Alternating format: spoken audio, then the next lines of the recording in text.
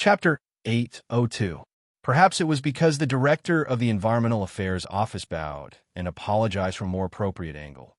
Even God was moved. At noon on May 6th, a sudden torrential rain poured down, quickly washing away the atmospheric dust created by the fireworks of the music festival last night. Correspondingly, the Jade Lights sailing ceremony at the Saka Cruise terminal had to end in a sorry state.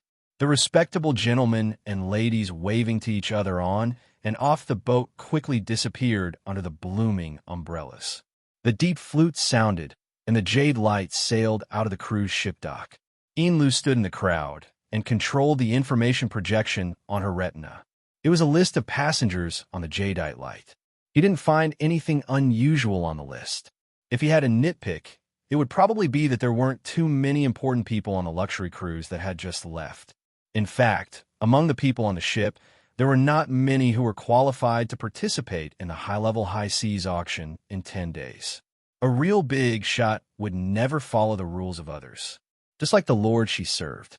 However, it was precisely this kind of person who truly dominated the course of events. The ceremony ended in a hurry. In the chaotic scene caused by the heavy rain, people could finally release their true emotions. Inla heard many sighs of relief. In her view, it wasn't only because the cruise had just left, but also because it was out of everyone's sight. At this moment, his wristband vibrated. Flight NH5753 has arrived. Inlu also let out a long sigh and unknowingly blended into the surroundings. Emoya, who had been in a rush for 5 days, returned safely as the direct flight from Saka City to Xia City landed. At this point, Inli's two major missions in coming to Osaka City, finding Snake Tongue and protecting Emoya, could be considered to have been smoothly completed. Inla made a summary of her own work. He didn't play any key role, and his support position was still stable. Coupled with the departure of the Jade Light cruiser, the stormy Ban City should be able to calm down for a while, right? That might not be the case. Over the past 2 days, even Inlu, an outsider, had noticed the subtle and tense atmosphere in Ban City. Compared to pure perception, some changes on the market level might be more convincing. His wristband vibrated continuously. He received a short message and an instant message almost at the same time. Inla carefully read the message before picking up the call. "Hello, Mr. Opin." The voice on the other side was cold and alienated. "Ms. Een, the handover work with you is going very smoothly. At present, the yacht has sailed into the Ohori River. It is expected to arrive at Beishan Lake in an hour." "Yes, Mr. Opin. We have confirmed it." Inlu slightly deviated from the direction of the crowd and approached the edge of the viewing platform. This was the highest point of the cruise ship dock. She could see that in the opposite direction of the Emerald Light that had just set sail, there was a small and exquisite private yacht going against the current along the man-made flood channel that had been dug after the war. The exterior of the yacht had the same design style as the Ray that had been docked for overhaul. They did indeed belong to the same manufacturer and the same production line, so they could be considered as sisters. Having such a yacht would allow Mr. Luo Nan to adapt to his living environment without any obstructions, even if he didn't care about it. Being able to quickly find a substitute and successfully purchase it at an unexpectedly low price was mostly due to the treacherous atmosphere in Ban City over the past 2 days. As a representative of the owner of the yacht, Mr. Opin took this money-losing business to heart. He wasn't in the mood to be polite at all. "I hope that you will follow the agreement and pay the final payment on time and accurately." "Okay, Mr. Opin. We will definitely pay all the relevant funds in strict accordance with your requirements. In fact, another payment has already been made." "Yes." Mr. Opin confirmed the change in the account, and his tone also subtly changed. A second passed before he spoke once more. "Right now is the transaction window period. I hope that our cooperation can continue." Of course. The call was soon ended, but another message came in soon after. It was still from Mr. Opin. The message contained the coordinates of an address that didn't exist in the secular world, as well as the time. Inla smiled. Her gaze shifted away from the river and fell into the depths of the boundless curtain of rain. Just looking at this yacht transaction alone, it was nothing more than an exchange of luxury goods. It was purely an act of consumption. But as a qualified businesswoman, Inlu also made full use of the other conveniences brought about by the transaction. For example, information. Okira Rong-san was an important figure in the Great Zay Church, a local church in Ban City.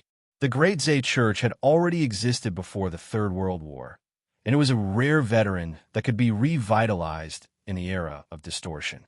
In the span of a few decades, it had changed from a simple faith group to a mysterious church that could produce supernatural powers. In the tangled and complicated territory of Ban City, they had their own faction of power. Dealing with such an old-school church, especially when it came to matters involving the transfer of large amounts of funds abroad, could often reveal a lot of interesting things.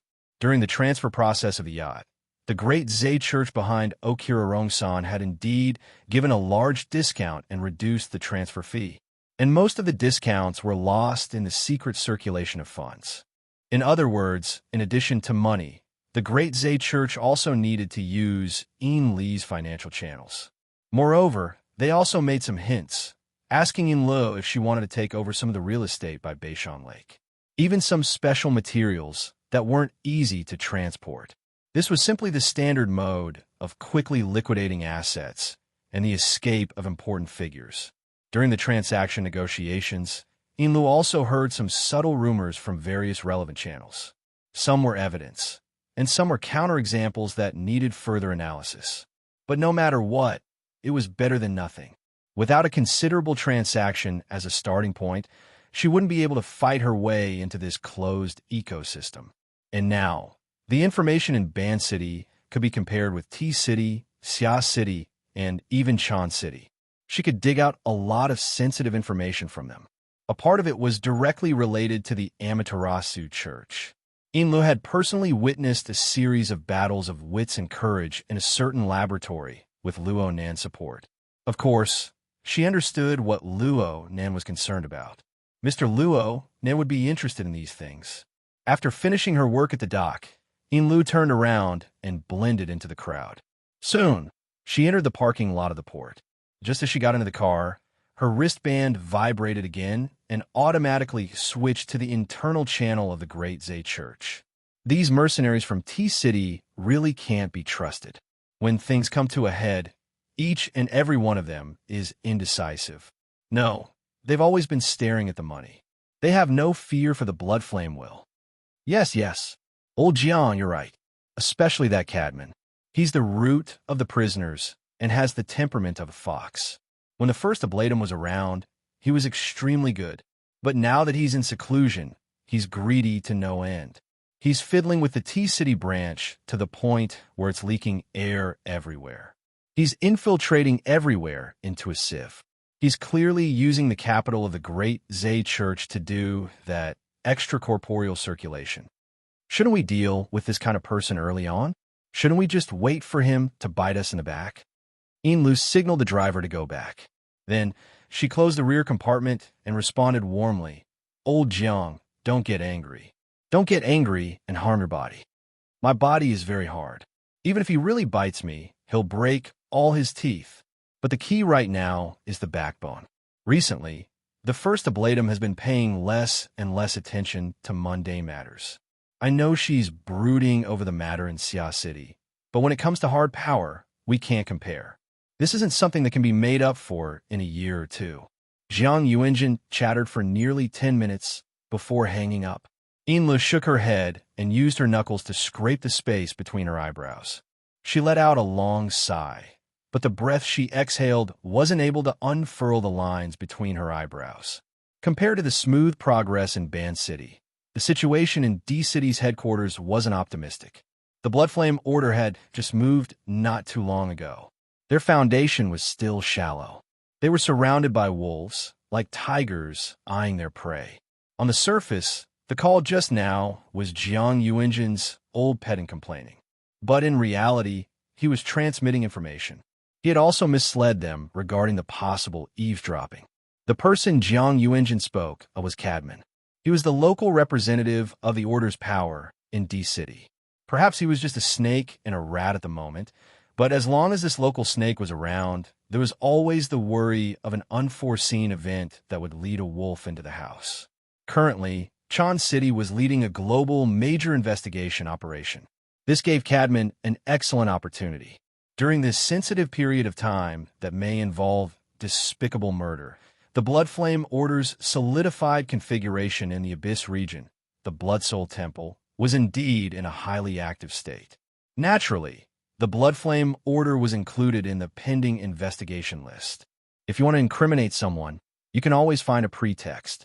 What's more, this side wasn't necessarily innocent. Yes, the major investigation operation in Ban City also gave some people an excuse to use force. It felt like these few sides really had a tacit understanding. Inlu sighed again and leaned back.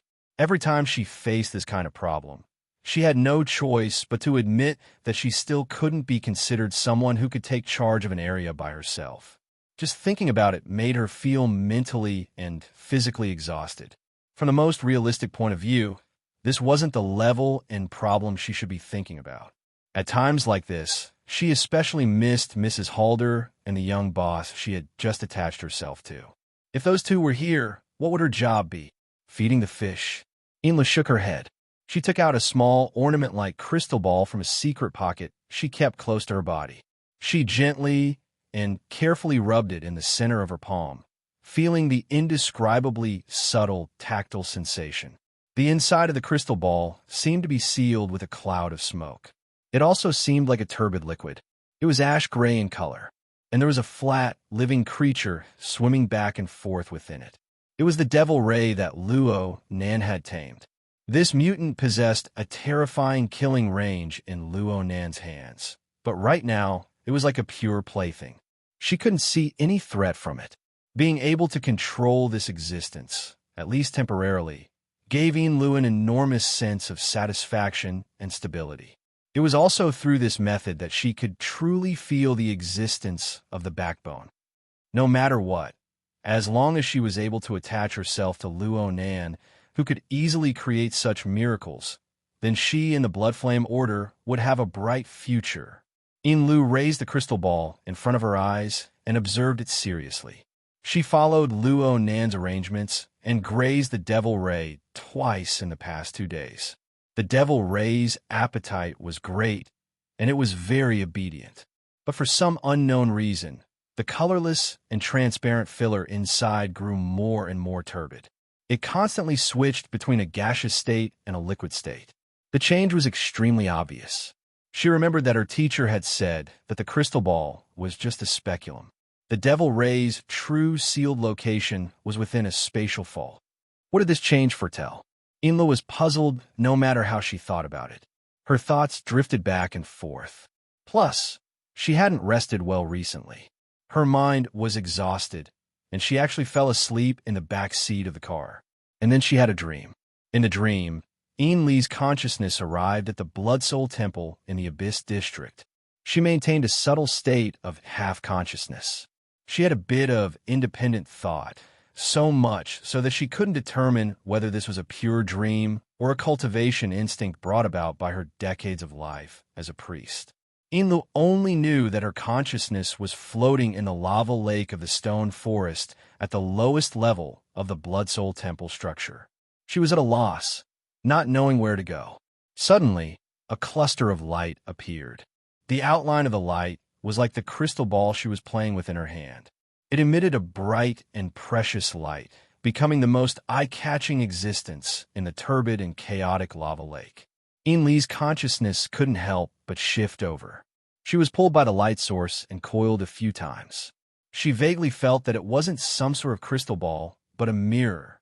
Her image was reflected on the mirror, but it wasn't too realistic.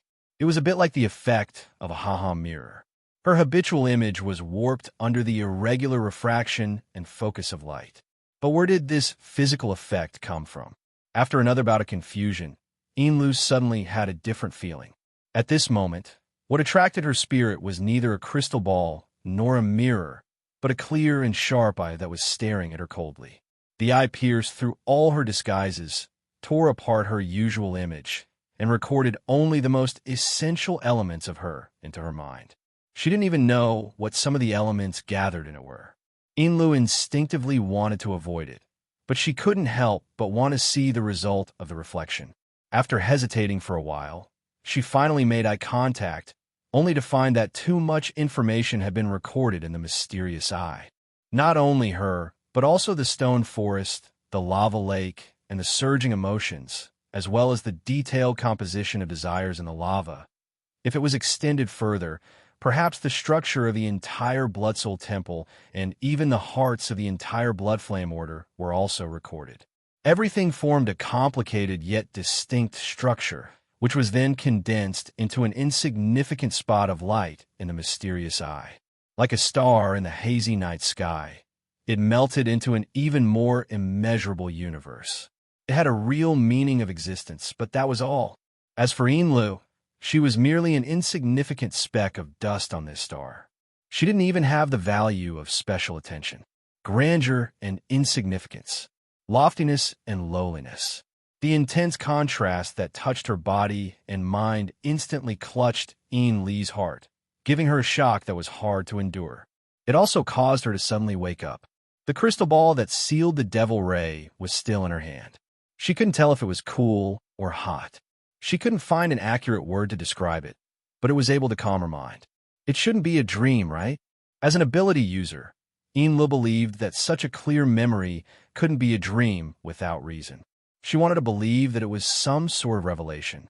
Perhaps it was related to Mr. Luonan. She raised the crystal ball once more, confirming that the devil ray inside was in good condition. Inlu carefully put it away a moment later. She looked at her watch and looked out the window. The car had just gotten off the high-speed magnetic rail. It was gradually lowering the level of traffic, so its field of vision was quite wide. Through the curtain of rain outside the window, one could see the outline of the southern shore of Northern Mountain Lake.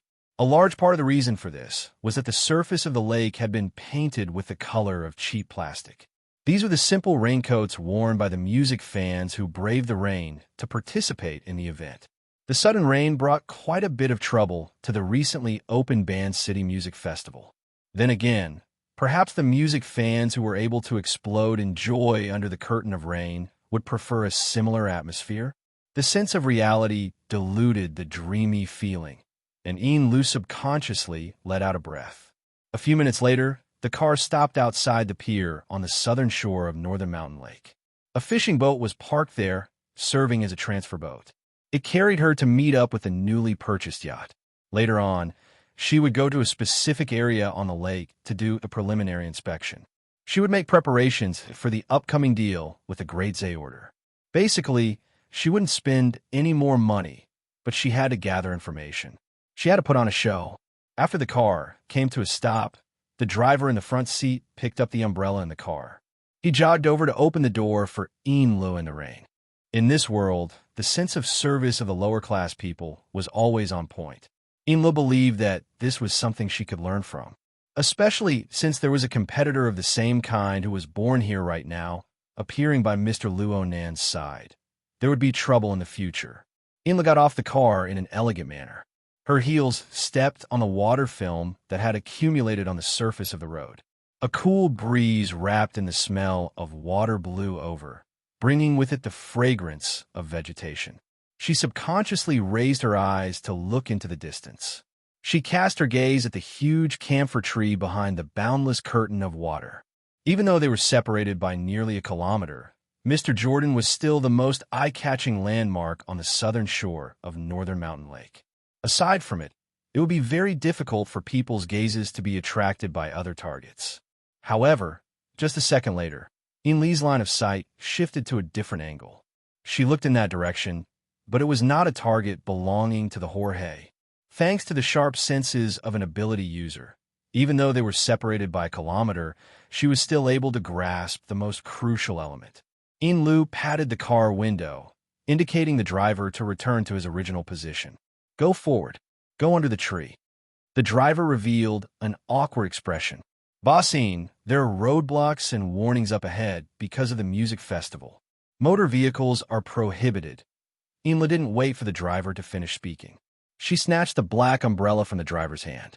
She blocked the falling rain from above and quickly walked forward.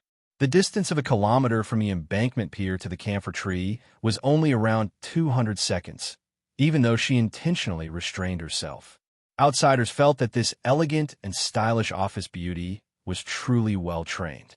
She was able to walk like the wind, even though she wore 10-centimeter high heels.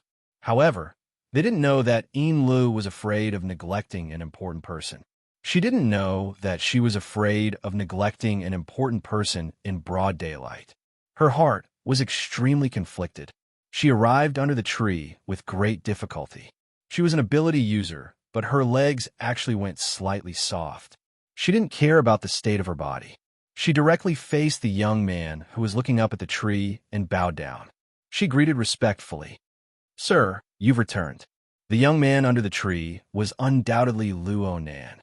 Actually, he had made a few modifications to his face. There was a clear difference from his original appearance, but Lu was able to recognize him with a single glance. The reason was very simple. Luo Nan had an ancient-style bamboo umbrella on top of his head, shielding him from the wind and rain.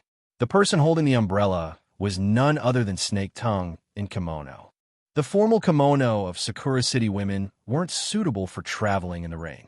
A single misstep would result in a sloppy and embarrassing appearance. It just so happened that this woman named Kitayama Wehui was wearing a white kimono. Because she was holding an umbrella, her sleeves drooped down, revealing her jade-like arms. Even Inla couldn't help but take a few more glances. Snake Tongue smiled and bowed when she saw Li's gaze move over. She was dignified and respectful, just like in the past. Who would have thought that she was actually a curse master with a fierce reputation in the inner world? But why did Mr. Luo Nan find this person first after returning? Li's state of mind fluctuated a bit. This was because Luo Nan's behavior was a bit cold. He clearly heard the greeting, but the angle of his head and neck didn't change at all. His gaze was still patrolling the branches and leaves of the Zhuojia guard gate. He only let out a grunt from his nostrils in response. Inla didn't dare to say anything when she saw this. It wasn't good to steal Snake Tongue's position either. She could only maintain a slightly bowed posture and quietly ponder and size him up. Luo Nan was still in the same attire he wore when he left the ship the day before yesterday. He wore a wide-brimmed hat on his head, and there was the support insignia of a certain band on it. He should have bought it recently, and his body was quite refreshing. The lush branches and leaves of the camphor tree had already blocked a portion of the rain. Snake Tongue's bamboo umbrella blocked a large portion of the rain. Even the drizzle that was blown over by the cool breeze from the lake was deflected to the side of his body, unable to touch his body in the slightest. It was as if there was an invisible barrier existing. It was quite miraculous. In addition, there was also...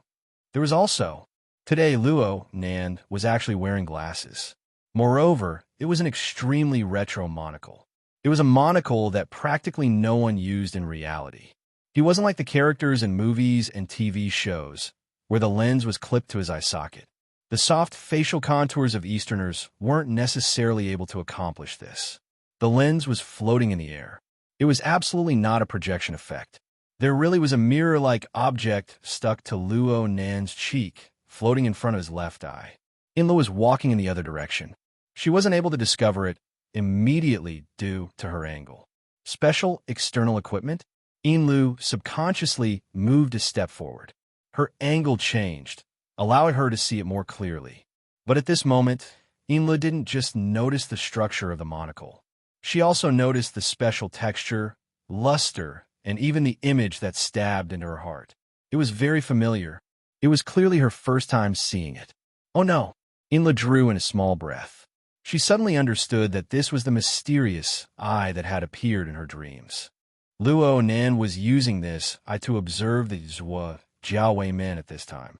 Just like how he had seen through Inlu and the Blood Soul Temple, he directly attacked the core of the Jiaowei men. Perhaps it was because of her first impression, but Inlu kept feeling that the enormous plant-type mutant before her eyes was shivering in the wind and rain. Luonan didn't do anything else aside from watching. He was like a foreign tourist who had come because of its fame. Under the guidance of the two beautiful tour guides, he lingered on the scenic spot for a bit. He He sighed with emotion for a bit before finally leaving in a straightforward and efficient manner. Snake Tongue and Enlu glanced at each other.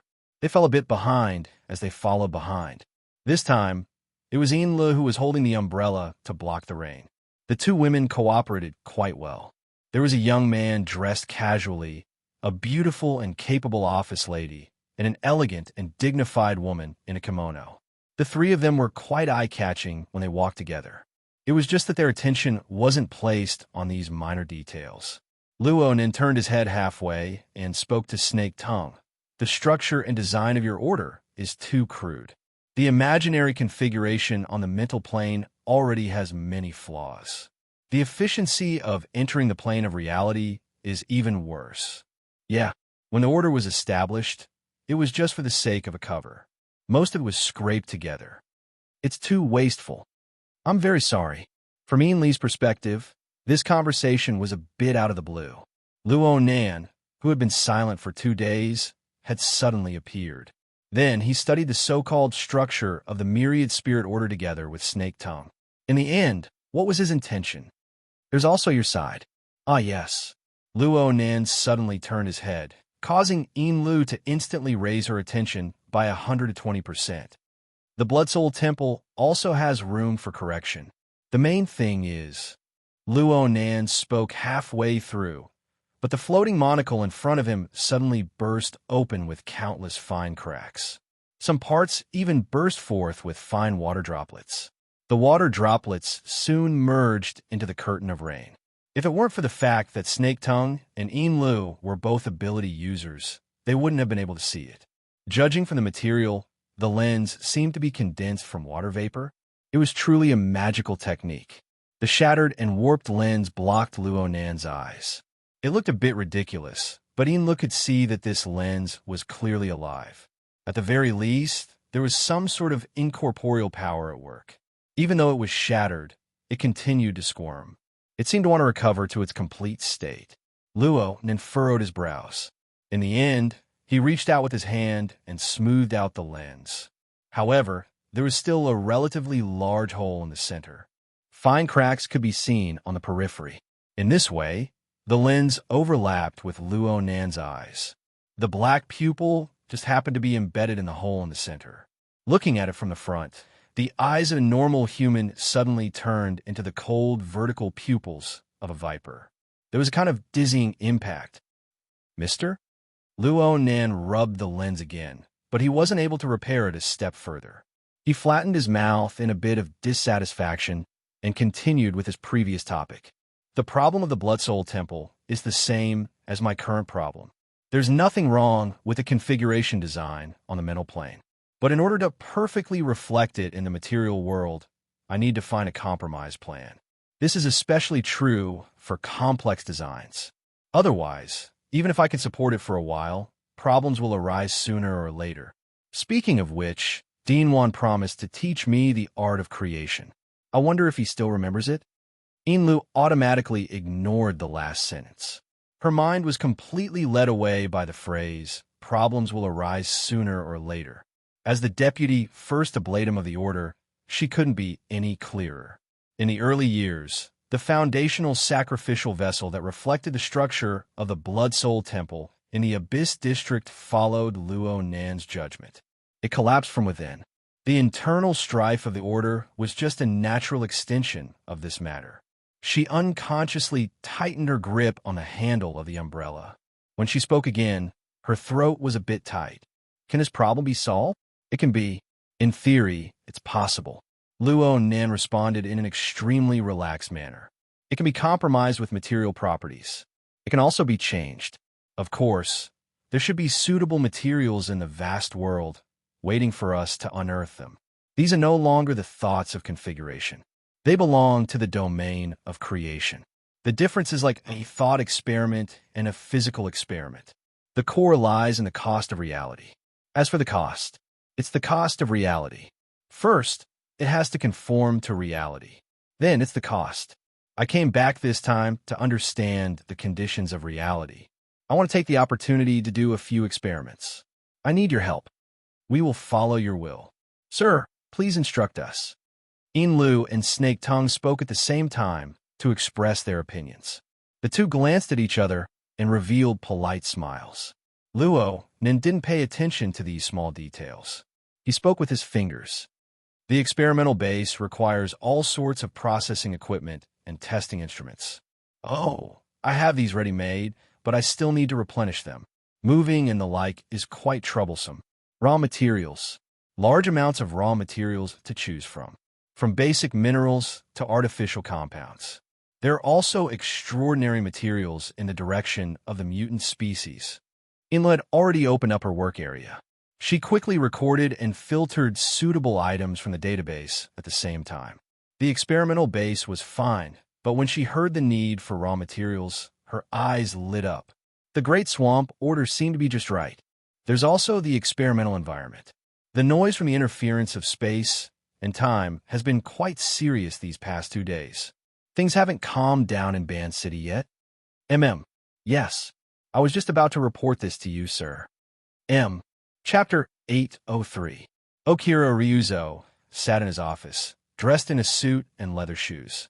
His sitting posture was upright and full of tension, like a leopard leaping out of the jungle, giving off an oppressive feeling of choosing people to devour.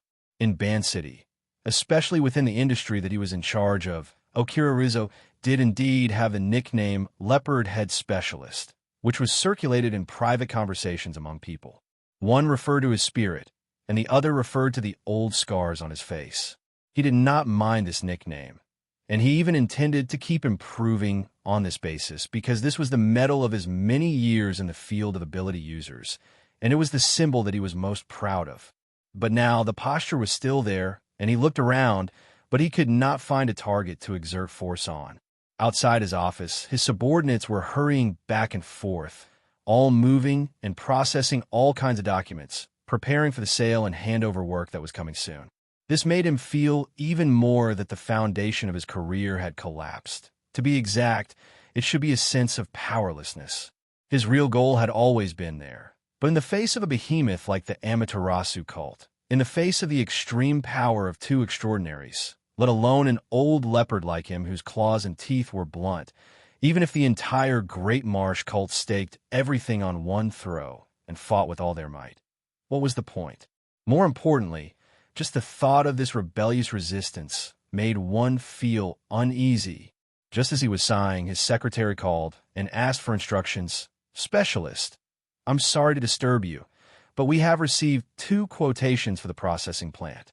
Okira Ryuzo's attitude was strict, and his fangs and claws finally had a place to exert force. Is it necessary to disturb me for this kind of thing?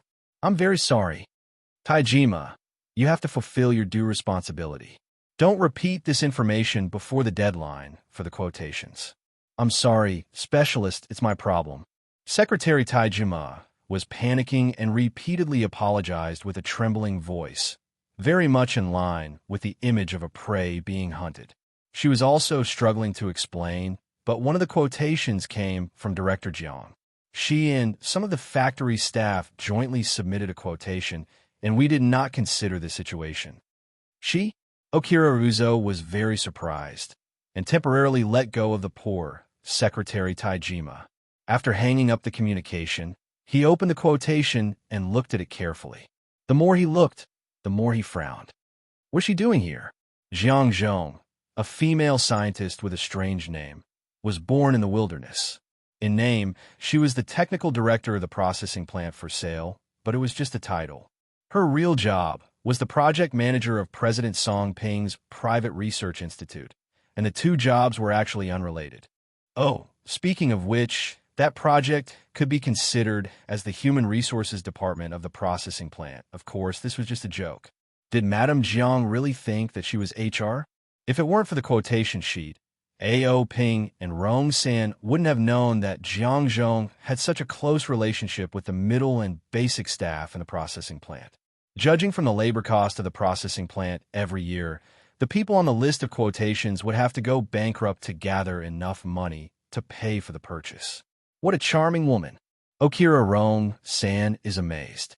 She has not been in Osaka for many years, and even has the title of remote mentor. But how does she manage this network of interpersonal relationships? Frankly speaking, at this time, Okran Rong III clearly felt offended. After all, he was the person in charge of the processing plant. Anyone who was in his position would have their self-esteem hurt if they were unaware that a small circle had been created right under their noses. The problem was that he couldn't take revenge, because Madame Zhang's other identity was that she was a close friend of the president for many years. She was the kind of close person that would make people doubt the purity of the friendship between a man and a woman. Okira Rong III was a little suspicious that the behavior of Jiang Zhong and the others was the president's idea. But soon he denied this idea, not to mention that the president didn't need to do this. In terms of relationship, although Jiang Zhong had the halo of close friend, Okira Rong III wasn't bad either. He grew up with the president, and he was 7 or 8 years older than the latter. He had always been the president's henchman and could be said to be the president's eyes and ears, as well as his confidant. If there really was some arrangement, there was no need to beat around the bush. Okira Rong III gradually sorted out his thoughts. In the end, he still had to inform the president about this matter. But now the first problem was to figure out the plans of Jiang Zhong and the other bidders. Even without considering the factor of Jiang Zhong, the middle-level backbone of the processing plant's joint quotation also reflected their serious uneasiness about the current situation. For the church, it was a bad sign that they had lost control. At least, they didn't pass the confidentiality barrier. Okira Rong III thought for a moment, then dialed the number according to the contact information on the quotation list. The strange number brought a wonderful feeling. He was the actual person in charge of the processing plant, but he rarely interacted with the technical director of the factory, so he didn't even have a private contact number. This lady didn't have any consciousness of working for the Great Zay Church or the Somping family. She was like a shadow that was neither close nor distant, hidden behind the friendship with the president. When the phone was connected, Okira Rong III maintained a businesslike attitude, but also added some elements of politeness and respect. "Hello, Jiang Zhong. I am Okira Rong III. Yes, I have received your quotation, and there are some details that need to be communicated." "Oh, Jiang Zhong is in the factory? That's convenient. Why don't we talk face to face? Tell everyone directly? Of course, we definitely have to talk, but Jiang Zhong, you're also a factory executive. You should understand that now is not a good time to talk between labor and management. It's hard for me to promise anything. After all, it happened suddenly, and there are considerable uncontrollable factors." The phone communication ended in a push and pull that lacked substantive progress. In essence, this round of dialogue was beyond Okira Rong III's expectations.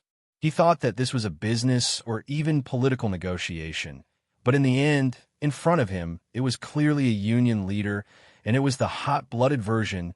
Ridiculous. Didn't this woman say that she was born in the wilderness? She usually presided over such a project with a gloomy and treacherous style inside and out. How could she be so naive in doing things? Did she stay in civilized society for too long that she forgot what the wilderness looked like? Osaka was not the wilderness, but the conflict brought about by survival and faith would only be more cruel than the disorderly wilderness. This was the situation faced by the Great Zay Church. If they couldn't bear it, they could either escape or die. Well, an irresponsible person had already escaped first, in an extremely absurd way. The explanation from the headquarters shrine, was it really not a bad joke after drinking too much? Okira Rong III pulled off his tie and exhaled heavily, letting the absurdity and depression in his chest have a channel to release. At this time, Secretary Taijima called again. "Specialist, I said don't disturb me. The president is here. The submarine is parked at the inner dock." Huh. This place was only a few steps away from the inner dock. While he was in a daze, the sound of a chair being pushed and pulled, and Secretary Taijima's respectful greeting came from the outside. Aohei Rongzhou hurriedly stood up, rearranged his tie, and buttoned up his suit. As soon as he finished the action, the outer door was opened after a deliberate knock. The president of the Great Zay Church, Matsudaira Yoshio, strode in. Okira Rong III hurriedly came out from behind the desk, bowed his head, and saluted President. Matsudara Yoshio was a man in the prime of his life who was less than 50 years old. He was skinny and had a casual crew cut. His slightly sunken face was also covered with a ring of stubble. He wore a casual suit without a tie, and his collar was open. He looked a little slovenly, giving off the feeling that he was more like an entrepreneur in the technology industry than the heir of a family shrine. In short, he didn't quite match the social atmosphere in Osaka. However, Okira Rong III knew that this president was a meticulous and ruthless person. Otherwise, he would not have been able to quickly rise to the top in the traditional environment of Osaka, where old-school politics prevailed. In the entire Great Zei Church, only the head of the shrine and the Lord were above Matsudara Yoshio. However, those two rarely asked about worldly affairs, so as the actual controller of the Great Zei Church, Matsudara Yoshio basically controlled the core power of the church, which happened in recent years. Matsudara Yoshio sat directly in the seat that originally belonged to Okira Rong III. He stretched his body and was very relaxed. Tonight, the TCC is holding a temporary coordination meeting. I came early, so I stopped by to have a seat. Okira Rong III bowed his head again. Thank you for your hard work, President. You don't have to pay attention to these etiquettes. Sit down, too. Okira Rong III thanked him again and sat on the guest sofa, his back still straight. His body was stiff, but his brain was working at high speed. The TCC jumping out at this time gave people a very bad feeling. The so-called TCC referred to the Osaka Equal Trade Association. In essence, it was a coordination organization that was officially recognized by Osaka to connect legal enterprises in the gray areas such as vagrant exchanges. At present, it had basically become a platform for the organizations of the inner world in Osaka to obtain and coordinate interests. With the existence of the TCC in Osaka and the high and mighty Amaterasu Church, coupled with the numerous church organizations, the inner world's share of interest was greatly reduced. The ability user associations and the like had long been a mere figurehead. Basically, the size of the voice of the various forces in the world of Osaka could be more accurately reflected in the organizational structure of the TCC. The Great Zei Church was a member and director of the TCC and had a certain degree of voice. However, that was only under normal circumstances. With the current situation in Osaka and the situation of the Great Zei Church, such a coordination meeting wouldn't turn into a censure meeting or something like that, right? Okira Rong III was quite worried. However, looking at Matsudara Yoshio, this president who had only been in the position for a few years still maintained his usual demeanor. This made Okira Rong III admire him, but he also felt a little lucky. Could there be room for adjustment regarding the news about that lord? Okira Rong III's mind was filled with thousands of thoughts, but in the end, it only took a few flashes of thought. On the other side, Matsudara Yoshio had already started talking about the progress of the mission. Okira, you did a good job in raising funds. Currently, 17 million has been received, and the follow-up. In the next 3 days, we can guarantee another 20 to 30 million. However, a large amount of funds still needs to wait for the processing plant and other assets to be processed, which will take more than a week. A week, it's possible. Really? Are you sure the Great Zei Church can still continue until then? Okira Rong III's heart surged with pessimism again. This emotion came so violently that it caused him to temporarily lose control. The question that had been coiled in his heart blurted out, President, is it really as the abbot said? That lord left Osaka? Matsudara Yoshio did not respond, but just looked up at him. His thin face did not fluctuate, and his eyes were very calm, but it inexplicably made people feel a chill in their hearts. Okira Rong III instantly bounced up from the sofa and bowed deeply. I'm sorry, President, I misspoke. Don't mind it. It's human nature for you to have such thoughts. Matsudara Yoshio's voice brushed past the back of Okira Rong III's head, and his tone was no different from when he first entered the door. President, It's a pity that there is no news correction at the shrine that can cheer people up. Lord did leave Osaka. Just last night, shortly after the Amaterasu Church's operation was suspended, he resolutely escaped and took the initiative to close the channel of communication. At present, all communication is one way. If they don't take the initiative, we can't contact them. This statement was a little more detailed than the version that Okira Rong III had heard earlier, but it also brought more doubts. Okira Rong III raised his head, looking confused. But why? That's a stupid question. Matsudara Yoshio pointed out bluntly. Since he ran away, of course, it's because he was afraid. You're surprised because he ran too fast. Although he had always known that in recent years, his president had become more and more sharp and direct, less and less like he was born in Osaka. But such sharp words that tore apart all concealment and even all dignity still made Okira Rong III, who had served the Matsudara family all his life and worshipped that lord, speechless for a long time. His feelings were so complicated that it was difficult to describe. At this moment, Matsudara Yoshio received a phone call and turned to communicate with the other side, which also gave Okira Rong III a chance to breathe and digest.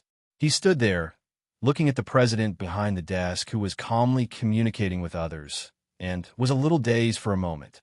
The wilderness was really a place that changed people.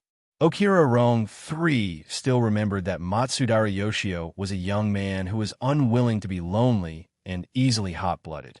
He did a lot of stupid things, and many times he needed to clean up after him. The stupidest thing Matsudara Yoshio did was naturally to leave the family's plan and wander alone to explore the wilderness.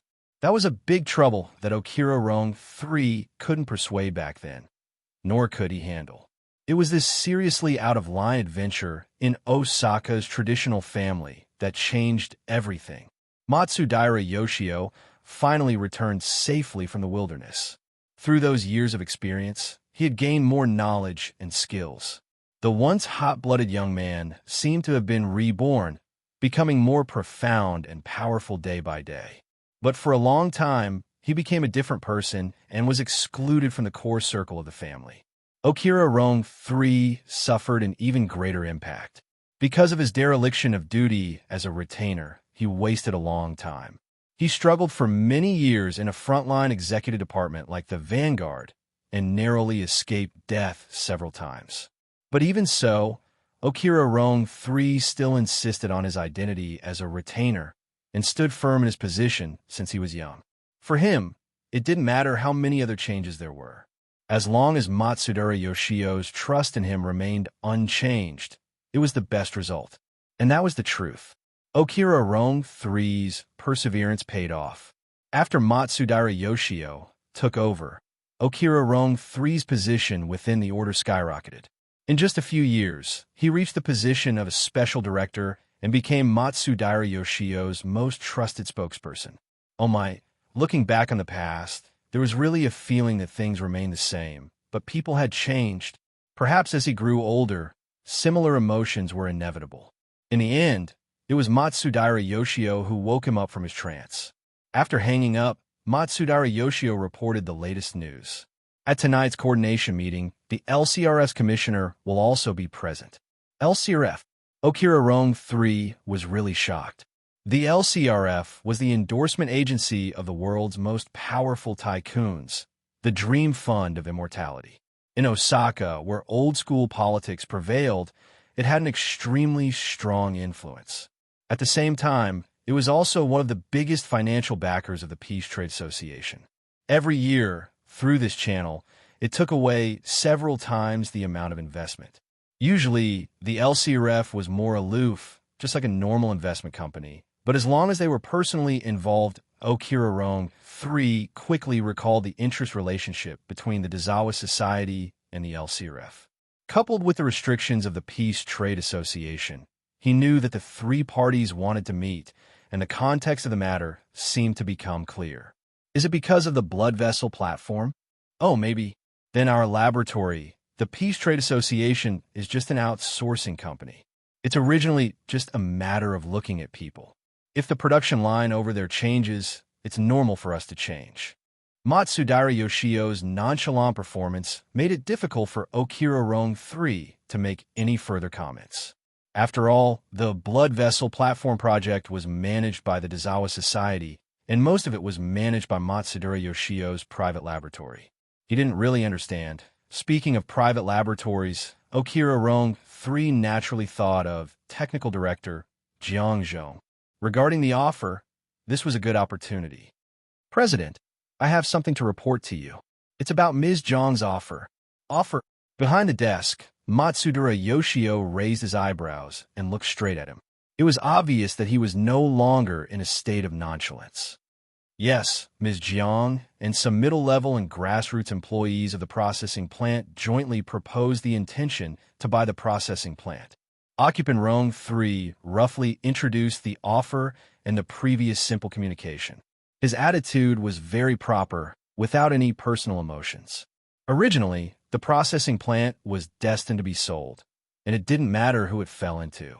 In the end, the criteria to determine whether this transaction was successful were how much could be realized and whether it could satisfy his president.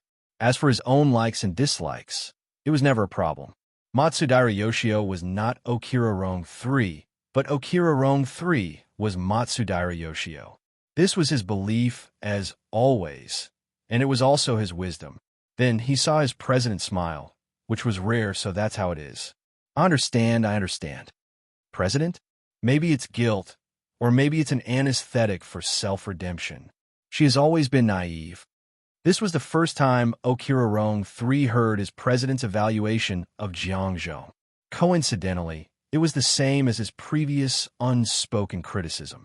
Of course, Okira Rong 3 wasn't naive enough to believe that the meaning of the two's words were completely the same. He quickly swept a glance at the smile on Matsudaira Yoshio's face, and he already knew what he should do. The newly purchased yacht soon welcomed its new owner, and the process was extremely smooth. The yacht went upstream from the Ohori River and advanced 20 kilometers into the depths of Beishan Lake. The yacht's functions were all normal, and the clamor of musical activities in this body of water was basically digested between the spacious water and sky. However, the journey to the next destination was much slower than expected. The problem lay with the new owner for this situation to occur. Luo didn't express any opinion towards a replacement yacht, even though he hadn't had the time to modify the gentle wind layout of the lower deck living area. There was a clear difference from the previous yacht. For him, it was probably just a change of vehicle to sit and rest. Luo Nan, aside from the initial understanding of the latest situation in Ban City, placed all of his attention on the damaged monocle. Luo Nan said, "Let's first solve the current problem, then go find the corresponding materials." Then he spent a full 4 hours to repair the monocle to its original state. Moreover, he was still in the process of doing post-production tests. So Yin Lu understood that the seemingly sparkling and transparent lens actually possessed an inconceivably complex structure and an even more inconceivably complex manufacturing method. From Luo Nan's mouth, it was just an imaginary structure. It was a temporary mold that needed to consume large amounts of energy at all times. She really didn't know how harsh the requirements would be if she were to use the so-called creation method to create it. It was hard for Yin Lu to guess Luo Nan's experimental plan, but she was already nervous. While Luo Nan was working, she had already made a round of phone calls with the relevant intermediaries and manufacturers of the destination. She had to understand the market and not fight an unprepared battle. Since this was a relatively professional field, Yin Lu didn't know whether her efforts would ultimately be able to achieve her wishes. However, when the effort people put in overflowed, they would often obtain some benefits from other sources. As she continued to communicate in depth with the local circles of Ban City, some unexpected intelligence information, especially the parts related to the Great Marsh Order, came to light. More and more details and rumors were exposed. After organizing and analyzing the information, Yin Lu felt that it was necessary to give Luo Nan another report. So she took the organized information and once again entered the living area on the lower deck of the ship. It was already nighttime. Natural lighting was no longer enough to support the illumination of the living area. The warm and harmonious lights lit up, illuminating the light-colored tatamas and the most classic wood color of the wind.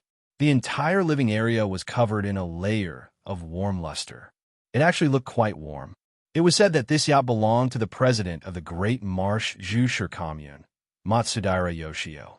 That person was famous for being sharp and callous. His family life was a mystery, but who would have thought that he would approve of such a style? Oh, it was unexpectedly compatible with a certain someone. That certain someone was naturally snake-tongued. This Northmite Wehui was a curse master. She wore a traditional formal attire that matched the style of decoration in the living area. While Luo Nen was engrossed and Inlu was busy, Snake-Tongue wasn't assigned any tasks. She just stayed by Luo Nan's side. She poured tea, tidied up the layout of the cabin, and did some servant and attendant work. She actually knew quite a few things. When Inlu arrived at the lower deck, she saw Snake-Tongue kneeling in front of Luo Nan like a traditional Japanese woman from a TV series. She served him tea at a suitable temperature.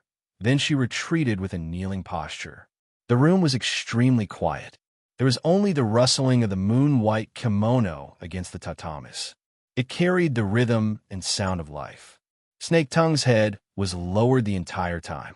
From Ian Lee's angle, she could only see her meticulously combed, jet-black hair, as well as her snow-white neck and a small portion of her back muscles under the illumination of the warm light. Even so, it was enough to make people sigh in admiration. Humans naturally lacked resistance to smooth and exquisite textures and textures. Plus, the person before her eyes was warm and vivid. She possessed an outstanding figure and the beauty of her charm. She was nothing more than a living beauty. Inlu wanted to extend her finger over and test the feeling. But from Inli's perspective, the most moving aspect of Snake-Tongue was that she was able to use her astonishing concentration to serve Luo Nan as he walked, sat, and lay down. She carved out those seemingly meaningless details for the sake of perfection. In terms of efficiency, there was nothing to criticize. If a company or an organization did things like this, they would be finished sooner or later. But when it came to interpersonal relationships, this method of doing things manifested a pious and pure attitude.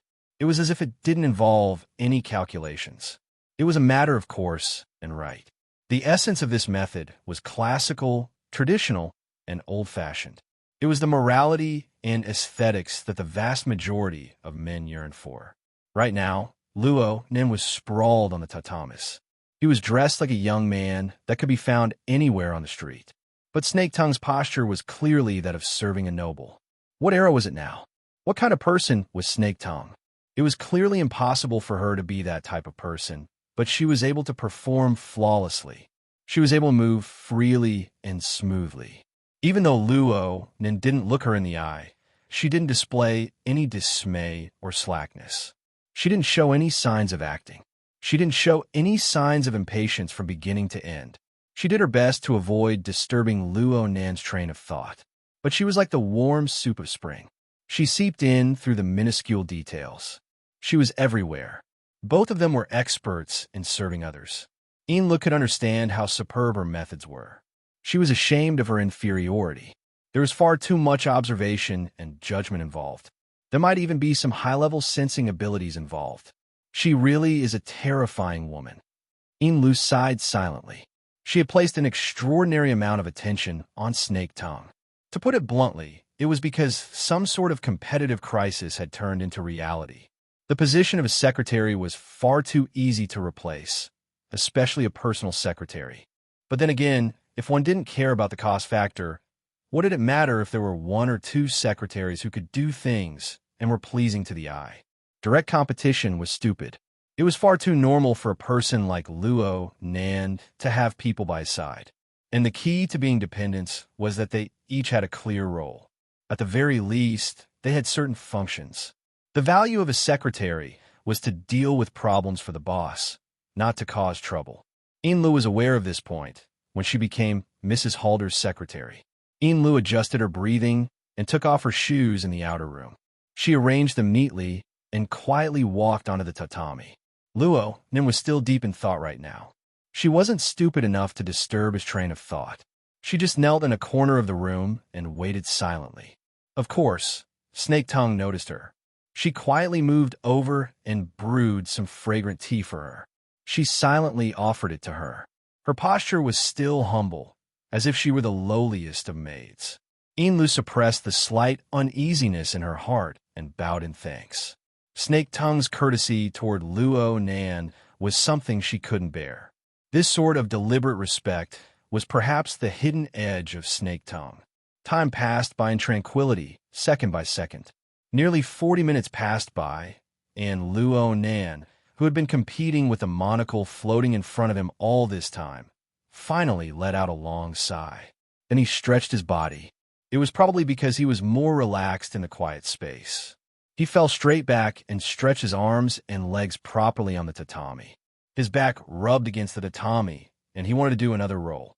And at this time, Luo Nan finally broke away from his pure ego state. The true environment of his surroundings was reflected into his heart. He let out a sigh and hurriedly propped his upper body up. He was unable to conceal the childishness that had been suppressed to his bones no matter what.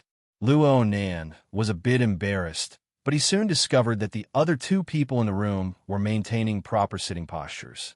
Their eyes were drooping and their eyebrows were lowered. They didn't speak or move.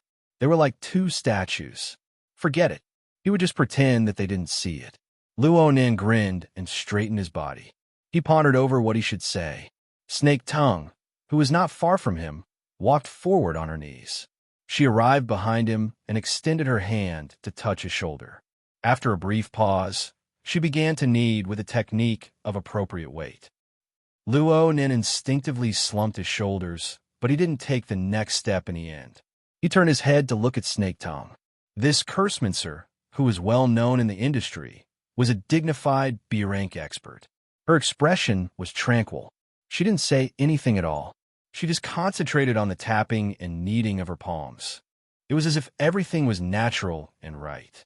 Well, her technique was quite good. At least Luo Nan, who lacked experience in this field, felt quite comfortable. This was the case from his body to his mind. Luo Nan possessed the ability to pry into the desires of the human heart and control the mind and soul. But at this moment, he discovered that all of the fundamental changes didn't need external help. They all came from himself. Unknowingly, it was as if a layer of cushion had been placed in the bottom of his heart. Or perhaps it was some sort of stepping stone. He easily and skillfully stepped into a mental zone that he had never set foot in before. Perhaps he had observed and imagined from the outside before. He had a bit of unspoken yearning, but he had never experienced it with his own body like he did now. His heart was filled with a feeling that it was natural and right. The structure of the format pyramid, the authority of the closed system, and more directly, his absolute control over Snake Tongue determined the current state and structure. He could accept it. He could call a halt. But no matter what, he possessed the absolute right to choose. Calling a halt, it was quite comfortable. Why did he have to stop? A smile naturally overflowed from the corner of Luo Nan's lips. His body slightly swayed under Snake Tongue's perfect technique. His throat was tainted with a bit of a lazy rhythm. Tell me, what's the new situation? What a warm pool of living water. Inlu maintained her lowered posture, but her mind was in a trance. Luckily, the tempo of the atmosphere in the room had completely relaxed. Her absent-mindedness wasn't obvious, and she quickly came back to her senses and responded. Sir, there's information that the Great Zay Order is hastily liquidating their assets because the dark dragon god they worship has escaped. Chapter 804. Dark Dragon God? Luo Nan blinked. What's that? This is one of the water gods in the traditional myths of Ban City. Is there a supernatural god in Sokka? I remember that after the era of distortion, the conversion rate of the various civilizations and religions was very impressive. Hiss, I can use a little more strength on my spine. Snake Tongue remained silent. She just responded with more strength. She needed to satisfy Luo Nan. At the same time, she was quietly observing Luo Nan. After all, this was the first time she had been in contact with Luo Nan for a long time in the real world. She was close to the truest image of Luo Nan. She was very different from the oppressive force of the powerful ruler of the cloud world. She needed to experience, combine, and revise. Luo Nan was able to sense the intent of this secret observation, and he let Snake Tongue do it. He enjoyed Snake Tongue's service very much, but this didn't mean that he would put on the stinky airs of a superior. If he liked it, then he liked it. If he was comfortable, then he was comfortable. Similarly, when it came to intellectual information, if he didn't know it, then he didn't know it. If he was interested, then he was interested. Under Luo Nan's lead, Yinlu unconsciously entered the role of a teacher. In any case, she had done her homework beforehand. She opened the virtual workspace and displayed the collected information. She highlighted the key points. This involves the root of the supernatural power of the church's shrines in Osaka. According to the Shinto tradition of Osaka City, the Ozawa Shrine was not the main shrine that worshipped the Dark Dragon God. According to them, they worshipped the Dark Dragon God's desolation, which they had invited from the main shrine. It represented the god's violent and brave form, probably similar to the evil doppelganger. So, to be exact, the Dark Dragon God Desolate Soul has a different appearance and godly power from the Dark Dragon God in the legends. This difference is very important. Sakura City's Shinto tradition was rather complicated. Yinlu only gave a brief introduction, and that wasn't the main point. She switched the interface again, and in the virtual workspace, a comparison chart of the gods she worshipped appeared at the right time. The Dark Dragon God was a more traditional image of an ancient dragon of the East. There were some changes, but it was still acceptable. But the appearance of famine on the other side was more absurd. Oh what? What shocked Luo Nan was a rather malevolent monster. Its overall silhouette looked like that of a water buffalo, but its forelimbs were more like the limbs of an insect. They were sharp and twisted. Its body was crouching low, and its posture was more like that of spider. The appearance of this famine soul is similar to the ox ghost of the ancient island chains legends. It is a type of demon.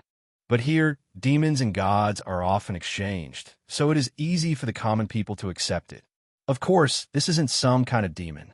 It's a type of mutant species that exists around Ban City. The mutant biologists here still name it ox demon, probably to fit in with Ban City's traditions. They are active in the coastal area of Ban City and belong to the aquatic species. However, they often follow the river to the northern mountains to hunt. Most of them come and go alone. They have a large range of activities and are very dangerous. Mutants and deities. Sounds familiar. Luo Nin felt that this part was a bit familiar. He gently shook his head under Snake Tongue's kneading as he searched through his memories. All right, Sister Yuane told me about it before. It was a series of general knowledge classes arranged by the Xia City branch shortly after he entered the Inner World Circle. Yuane was talking about the world order in and out of the psychic wave network. The main content was about the distribution of power between the inner world and the mortal world, as well as the series of bright and dark rules during operation. He did mention a few things about the situation in Bansheng. Yinlu stopped. Then, keep talking, especially about the mutual achievement between mutants and deities. It should be this. I've pretty much forgotten about it. Yes. Yinlu took a deep breath. She made slight adjustments according to Luo Nan's demarcated scope and continued her explanation.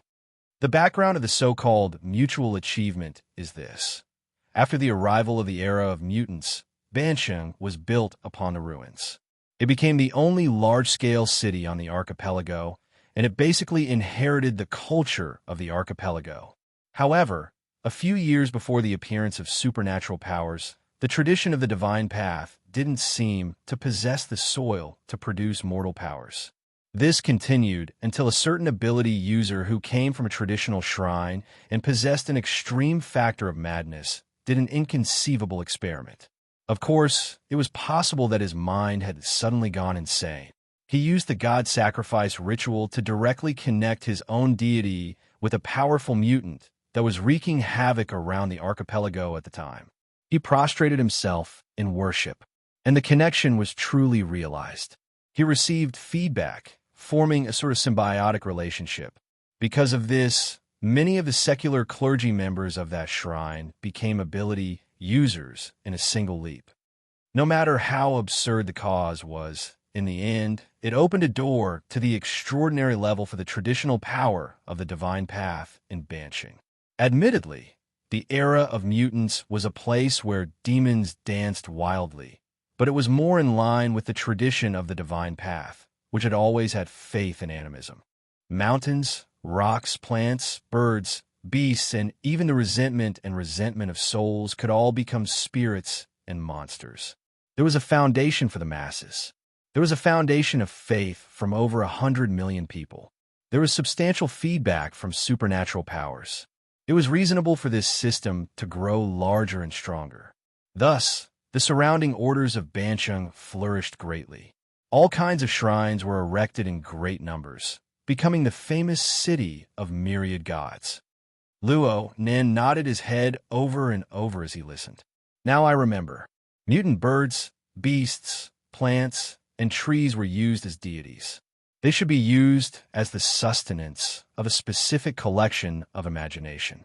If the mental plane possesses the rule of configuration, then there are mutants possessing supernatural powers as platforms and carriers.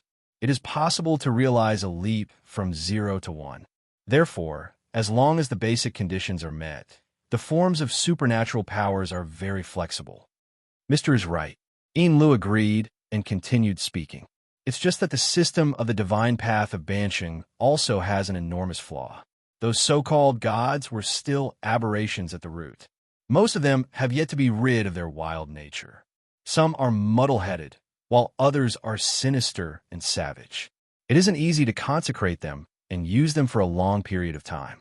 Some small orders, such as the Temo Shrine, often suffer backlash because of this. Their system collapses.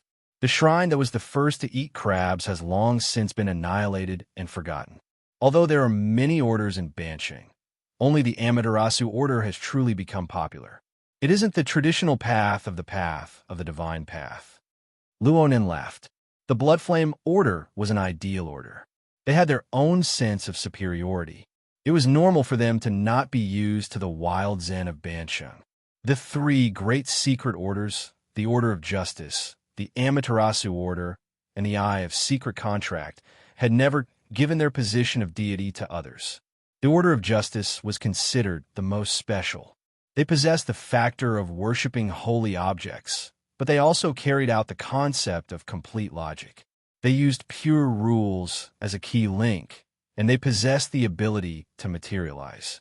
Creating something out of nothing seemed illusory, but it was actually the most stable. Luo Nen suddenly thought of something. He turned his head and smiled at Snake Tongue. Your myriad spirit order is too casual.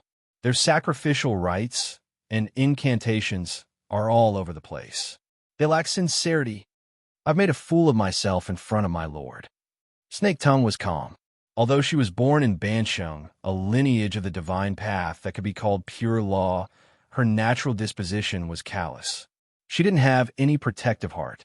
She just used Bansheng as a bunker, and the myriad spirit order was the outer cover of the bunker. It was fine as long as it had an appearance. If she had a tenth of the concentration she spent on the massage today, the myriad spirit order would have a different appearance. Luo Nen was just speaking without thinking. He indicated for Yin Lu to continue explaining. Yin Lu changed the page of the virtual work area, focusing once more on the Great Zay Order. The Great Zay Order is quite mature compared to the other mediocre Temo Shrine. It is said that the Dark Dragon God Wilderness Soul they consecrate, the Great Zay Order, has gradually grown in wisdom over the past few decades. Its spirituality is quite high, and it can even communicate with people. But it is precisely because of this that its reactions are more uncertain. According to the information, I have basically reconstructed the situation from last night. Here is an example that is more tragic than the Great Zay Order. There is a Honda Shrine to the west of Bansheng. It belongs to the Temo Shrine, a branch of a branch. It mainly consecrates the Leech Child God and its soul. Its influence is small. It is this Leech Child God's avatar that was hijacked by the Amaterasu order last night. The entire order system collapsed in an instant, and 3 priests of various levels died on the spot. This is the first confirmed victim of the Amaterasu Order's operation this time, but basically no one has mentioned it. The two shrines of Honda and Great Zay have always been publicly recognized as having a close relationship. It is extremely likely that the Dark Dragon God Wilderness Soul, was frightened by the unforeseen event at Honda Shrine. It left Bansheng far away, and no one knows where it fled to. Luo then furrowed his brows. So the Great Zay Order sold off a large amount of assets to flee with their own god. Is there something wrong with this? Yes. I feel that this decision was made too hastily. Inlu focused the information page on a certain man who looked very casual and confident. The number 2 figure of the Great Zay Order is Matsudaira Yoshio, who currently presides over the affairs of the order. It is said that he is a very shrewd person. He has been doing very well in Bansheng these past few years. It is hard to imagine that he would sell off his assets in such a hurry. But it is also possible that he received other information. We need further information to support this. Luo then shook his head. The Great Zay Order was just a small detail in the overall situation of Bansheng. He paid more attention to the situation of the Amaterasu Order. So what if they are from other orders and shrines? The Honda Shrine and the Great Zay Order are already in this state. Don't they have the slightest bit of sympathy? Can they still hold on? The Dark Dragon God ran away. So what if there are other so-called gods? A voice suddenly interrupted Yin Lu as she was preparing her words. There won't be any changes. Snake Tongue just happened to pinch the back of Luo Nan's neck. She moved closer and spoke in a soft voice. Her warm breath was extremely pleasant. Luo Nan's neck turned slightly along with the moderate strength of her fingers. He asked without thinking why. The orders and shrines of Bansheng have long since gotten used to living under the control of the Amaterasu Order. It's just like how the common people are used to making a living under the shadow of a giant corporation. Some people are muddle-headed. Some people have some experiences, but they aren't willing to think deeply about it. Some people have thoughts of struggling, but they don't have the strength to struggle. Under such a general trend, 99% of the people will maintain their established path and complete the role they were given. This is tradition. This is also the basic rule of living within. Even if they're destined to be dealt with tomorrow, they will still have to compare the result of being dealt with and the result of violating the rules. Which one is more miserable? In the end, most of their choices will still be carried out according to the established rules. Her warm voice and soft words revealed a sense of coolness and indifference. It made Luo Nan raise his eyebrows. They can't even muster the thought of resisting? Why would they resist? Snake Tongue laughed softly. The appearance of the god path of Bansheng can deceive ordinary people. But who doesn't know what's going on when it comes to ability users? The various orders and shrines can only use the name of one spirit for souls to cover up and deceive themselves. It can be said that the tradition of the god path has already become a deformed monster after entering the age of distortion. For the sake of obtaining supernatural strength, people think of every way possible to support and please those ignorant and violent mutants. These rules themselves don't possess the value of maintaining them. For many people, the Amaterasu Order's nation of gods is more interesting than the tradition of the god path that has gone astray. Nation of gods? Luo Nin heard a new term and asked subconsciously. Snake Tongue seemed to believe that she had already said too much as a maid. She smiled slightly, and her gaze shifted to Yinlu. Yinlu received this favor with a smile. Of course, everything was built on the foundation of doing her homework. She flipped to a new page of information and displayed a tree diagram. The Amaterasu Order has been promoting the so-called nation of divine treasures for the past few years. They say that the Fusang Divine Tree, constructed by true gods, has 10 parallel suns, each divine treasure. Each divine treasure is a world, and each world is the dwelling place of the gods. Aside from the supreme gods, there are also clones, souls, and auxiliary gods that reside there. Their ranks are clearly distinguished. Luo Nin instantly understood. These seats are all reserved for the shrines of the orders of Bansheng. Exactly. In recent years, the Amaterasu Order has viewed Bansheng more and more as a forbidden land. Perhaps they want to establish a nation of God's system on the foundation of the city of myriad gods. It is similar to the tradition of the god path of Banshong, but it is actually different. It is very much in line with the cultural traditions here. As for what will happen after harvesting these mutant gods, it is hard to guess right now. Snake Tongue's fingertips streaked across the back of Luo Nan's neck. She continued to speak softly and slowly. She added, "There is no need for a reason under power. But if there really is one, then the people of Bansheng will be quite satisfied." So it's like this. Luo Nan responded with a single sound. Then he narrowed his eyes and spoke no more. It seemed that he was pondering, but it also seemed that he was simply enjoying Snake Tongue's technique. His mind was absent-minded, and he didn't know where to go. This period of silence lasted for an especially long time. Normally, Yin Li's mental fortitude was lacking. However, Snake Tongue was present before her eyes. She more or less had a competitive streak in her heart. She saw that Snake Tongue was humble and calm when she accompanied Luo Nan. Yin Li didn't want to fall behind. She secretly learned from Snake Tongue, and out of nowhere, she gained a tranquil air. She endured through the most unbearable period of time. The cabin returned to silence.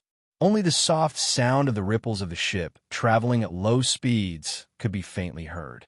It gave the warm cabin a layer of coolness. Nearly 40 minutes had passed by the time Luo Nan opened his mouth again. He let out a sigh of emotion.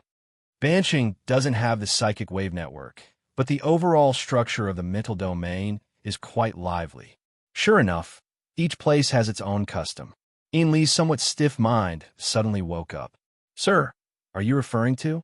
"I'm talking about the surrounding environment of the mental sea. You've listened to my lessons, right?" "Yes. The madam has requested that everyone in the order from top to bottom repeatedly research and study it." "Haha, there's no need to be so exaggerated." Luo Nan's body and mental state grew more and more relaxed under Snake Tongue's exquisite technique. He laughed and waved his hand.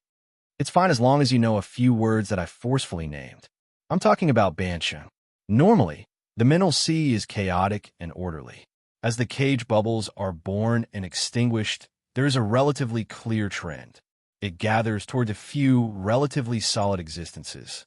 Some of the gatherings are arranged in a very orderly manner, layer upon layer of accumulation and operation. Some are done especially well. They make full use of the accumulation of believers. Even those who don't have the qualifications to enter the Overlook Abyss District can make contact and probe in, using some of the power there. This is the meaning behind the existence of a large number of orders and shrines. Looking purely from a usage of supernatural powers, the atmosphere here is actually better than that of Xia City. It's more efficient, and it has more configurational thinking. However, it's a lot less independent. It's all the same. There aren't too many surprises. It lacks the power of barbaric growth. It's like something in a petri dish. Yeah, if you zoom in a bit more, it's like a greenhouse. This must be the most authoritative review from the perspective of configuration, right? Yin Li memorized these words in her heart. She pondered a few times, and she suddenly realized something. "Sir, are you saying that there are people deliberately guiding and cultivating here? Is it the Amaterasu order? But they've only been established for 20 to 30 years. The deformities of the divine path and the mutual achievement of each other happened even earlier. It doesn't matter who planted them. They're harvesting them anyway. No, it's like the ingredients for the meal have already been prepared and put into the pot. They can be done right away, but someone interferes midway. Let's not even talk about the operation being halted. The duck that was about to enter the mouth has flown away. TSK, it seems like I'm the reason. Huh. The Luo family's sandwich domain. It doesn't seem easy to explain. In short, it's a continuous effect caused by the interference of space and time. If the Amaterasu order has really delayed their operation because of the turbulence of space and time, then I'm most likely involved. If they catch me, I'm afraid they'll fight me to the death." Amidst Luo Nan's loud laughter, Snake Tongue's kneading motion paused for a moment. Yin Li cast her gaze over, but she didn't dare to linger on Luo Nan's face. She just met Snake Tongue's gaze, and she looked away at the same time. At this moment, Yin Li's heartbeat sped up. It was as if there was a line of sight shining over from the Amaterasu Pure Land in the outer seas of Ban City. No matter what the situation was, going against extraordinaries would never make things easy for them. However, Inlu recalled the miraculous movie viewing experience she had a few days ago. The extremely close angle of view caused her to have a sort of misconception. Actually, I've done it with extraordinaries a long time ago. Her top mind suddenly relaxed. She raised her head and saw Snake Tongue calmly and peacefully continuing her massage. What a shrewd woman. Lu didn't want to fall behind. At the very least, she couldn't lose to Snake Tongue. She controlled her emotions, and her train of thought gradually became clear. She took the initiative to open her mouth and ask. Mr. Luo said in his lecture that contact is invasion in the sea of consciousness. We don't dare to make wild guesses about Mr. Luo's realm. However, Ban City is the headquarters of the Amaterasu Order. Can the mental senses of those two extraordinaries probe and search? It's basically impossible right now because it's chaotic enough. Luo Nan twisted his neck, but it caused the muscles and bones of the lower half of his body to make faint sounds. His muscles, bones, and skin constantly adjusted their positions and states, gradually matching the changes of the Luo clan's sandwich domain.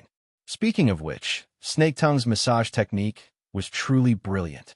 After a new round of imbalance between body and soul, it was quite rare to see such smooth, fine adjustments that didn't require extra effort.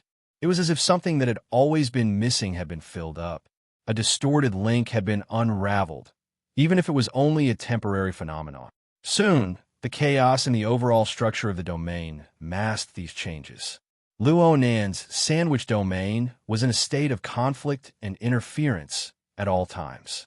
In terms of degree, it was far more serious than when he was bedridden due to a serious illness.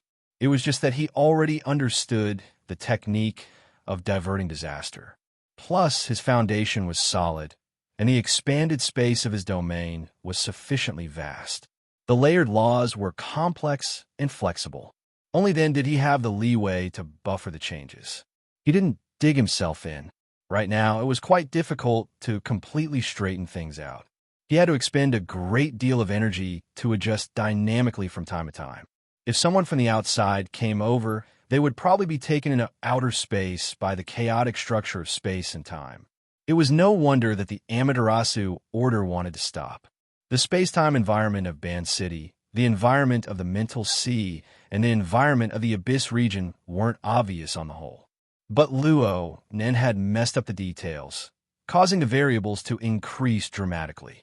No one wanted to suddenly cut off the fire and air while they were cooking soup. Then a cockroach would jump out of nowhere. Under normal circumstances, even if there were 10 extraordinaries gathered together, this sort of situation wouldn't occur. From the standpoint of the Amaterasu Order, Luo Nan would certainly suspect that someone was purposely causing trouble. It really wasn't on purpose. I can't return to Xia City for some time before I take care of this. Otherwise, I'll be confessing without being pressed. This is a headache. Luo Nan had yet to find a new and relatively stable body and soul coupling mode. This interference effect of messing up the state of space and time would not disappear. From this perspective, it would be good if the Amaterasu Order could find him. He could communicate with them and sort out the messy structure clearly. The more Luo Nan thought about it, the more absurd it became. He unconsciously laughed. The more he relaxed, the more Lu reflected. I've been acting in a high-profile manner in Ban City these past few days. It's a bit inappropriate. My identity and financial channels can't be hidden from people with intentions. With the current sensitivity of the Amaterasu Order, if I follow the clues, I'll be able to find some clues about my whereabouts. Also, there are many people in the market we're going to. Shouldn't we? It doesn't matter. You're here. You have a completely unrelated relationship. They won't think of me. Luo Nan looked at Snake Tongue. Look, this is a good example. We can learn from it. Snake Tongue's wide sleeves hung down. She used her palms to exert force on Luo Nan's shoulder blade. Most of her body stuck to Luo Nan. She looked quite forceful, but her breath was light. It was gentle and drawn out. Even her voice was soft and sweet-sounding. It's nothing more than a plot made by relying on the yarn of concealment. It's just a small trick.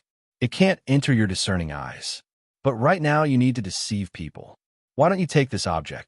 What a pretentious fox. Ian Lee's eyes drooped as she cursed silently. Then she heard Luo Nan respond with a careless tone. There's no need, but I can study it and learn from it. After coming back, the only thing worth analyzing with the lens is the 2 scars you're wearing. Oh, you still haven't connected them together? I've tried a few times. The 2 seem to be made by nature. I can't find a place to start. That's normal. I've done a rough study before. The structure of these 2 scarves is special. The materials are special. The manufacturing method is special as well. It's a strange object that truly possesses the level of creation. Luo Nin naturally compared the equipment on his body. The biochemical reactor that he had just snatched a few days ago was a defective product. Its functions were different as well. It was hard to make a direct comparison, but from the blueprint stored in the virtual brain system, Luo Nan could tell that Luo Nan's technology was robust and that the manufacturing was precise. Luo Nan's ingenious design seemed to be inferior in some aspects. The divine binding hoop he obtained from Jintong was roughly at this level as well. Only the external neuron, which carried the virtual brain system, was a notch higher in terms of unpredictability. Of course, this was just the opinion of a rookie who had just begun learning creation. He needed to conduct in-depth research before he could come to a conclusion. His thoughts reached this point, and a monocle appeared out of thin air. It stuck to Luo Nan's left eye. Actually, this wasn't a necessary step to use it, but didn't life need a bit of a sense of ritual? Specific small movements could help the user carry out psychological suggestions, allowing them to concentrate their mind more effectively. At the same time, it could also affect the target. Just like Snake Tongue right now. Due to Luo Nan's direct gaze and the influence of the refracted light, her phantom image was reflected on the lens of the monocle. It interweaved with the color of Luo Nan's pupils, forming a treacherous silhouette of light and shadow. There was clearly an unexplainable and irresistible power swirling within. Snake Tongue wanted to lower her head and avoid Luo Nan's gaze completely out of instinct. But in the next second, her lower jaw tightened slightly. Luo Nan had actually pinched it with his fingers. She was unable to lower it by even a bit. Then there was a force that stretched forward. Snake Tongue subconsciously let out a light cry. She was forced to raise her chin and move a few centimeters forward on her knees. The production of this movement was very abrupt, but it was also very normal. The distance between the 2 was very close, but one was in front and one was behind. Luo Nin needed to turn his head to look. The angle wasn't comfortable, so he naturally had to adjust after pinching Snake Tongue's chin. Fortunately, Snake Tongue's body was soft. She was like a beautiful snake wrapped in a kimono. She stuck to Luo Nan's back, arms and knees, twisting over bit by bit. Her arms were barely able to support herself on the tatami, and she maintained a kneeling posture. Finally, she faced Luo Nan face to face. The distance between the 2 grew even closer. It was so close that it was extremely ambiguous for a man and a woman. Luo Nan should feel uncomfortable. At least, he thought he would feel like this. It was this thought that proved that Luo Nan's current state of mind was different from before. In the past, Luo Nan's mind was basically free of distracting thoughts when he was conducting research and exploration. 1 was 1. 2 was 2. There was no room for other elements to intervene. But this time, his mind wasn't too pure. Snake Tongue's humble and intimate movements caused subtle changes in his mind. This continued for several dozen minutes. Luo Nan believed that he had gotten used to it, but a slight change in angle was actually able to bring about a whole new level of stimulation. A single excessive movement or even thought brought about a chain reaction. Luo Nan didn't have any decent analysis in his mind for a short period of time after Snake Tongue finished adjusting her posture. Instead, he received daily information from Xie Junping and his group of bad friends, which was exclusive to men, and it surged into his mind. It could be said without hiding anything that Luo Nan had similar thoughts in the past when he faced Cat Eyes, Zhang Yingying, and even He Yuan. It was just that this was a normal physiological and psychological reaction. As long as he considered their friendship and mutual respect, he wouldn't think further down the line. If he had a sense of morality, a sense of shame, or something like that, then perhaps it would be useful. But Snake Tongue was different. She had a completely subdued posture. She used to be his enemy. She had an irreversible difference in status within the system. Luo Nen had never come into contact with the opposite sex in reality. Moreover, he didn't feel any pressure to communicate with her, so there was a subtle feeling of unreality. She was clearly a lively and fragrant woman, but she was like a character in a movie or a character in a game. She conformed to the aesthetic, but she didn't conform to the psychological reality. However, Snake Tongue was real. His fingers were still pinching Snake Tongue's lower jaw. There were a few minute movements as he gently stroked her smooth skin, experiencing the texture and contours of her skin and bones. There were some false elements of the effects of the muslin of concealment, but this wasn't the main point. The main point was that this method directly probed into the depths of Snake Tongue's heart. There was also the subtle feedback. Luo Nan was able to capture Snake Tongue's immediate psychological reaction. She was subdued, humble, and a deeper layer of fear and awareness. All of this was mixed together under her docile attitude. From beginning to end, it was as if she was a dense, warm mist of water vapor. She silently endured everything, and she naturally dispelled the necessary reaction force. It doesn't matter what I do, she won't refuse. Inlu won't stop me. Right now, she was in a very awkward situation. She was in a dilemma. She and the others have considered the problems and made preparations far more than I have. Luo Nen had always been a sharp person. He just didn't ponder deeper into things.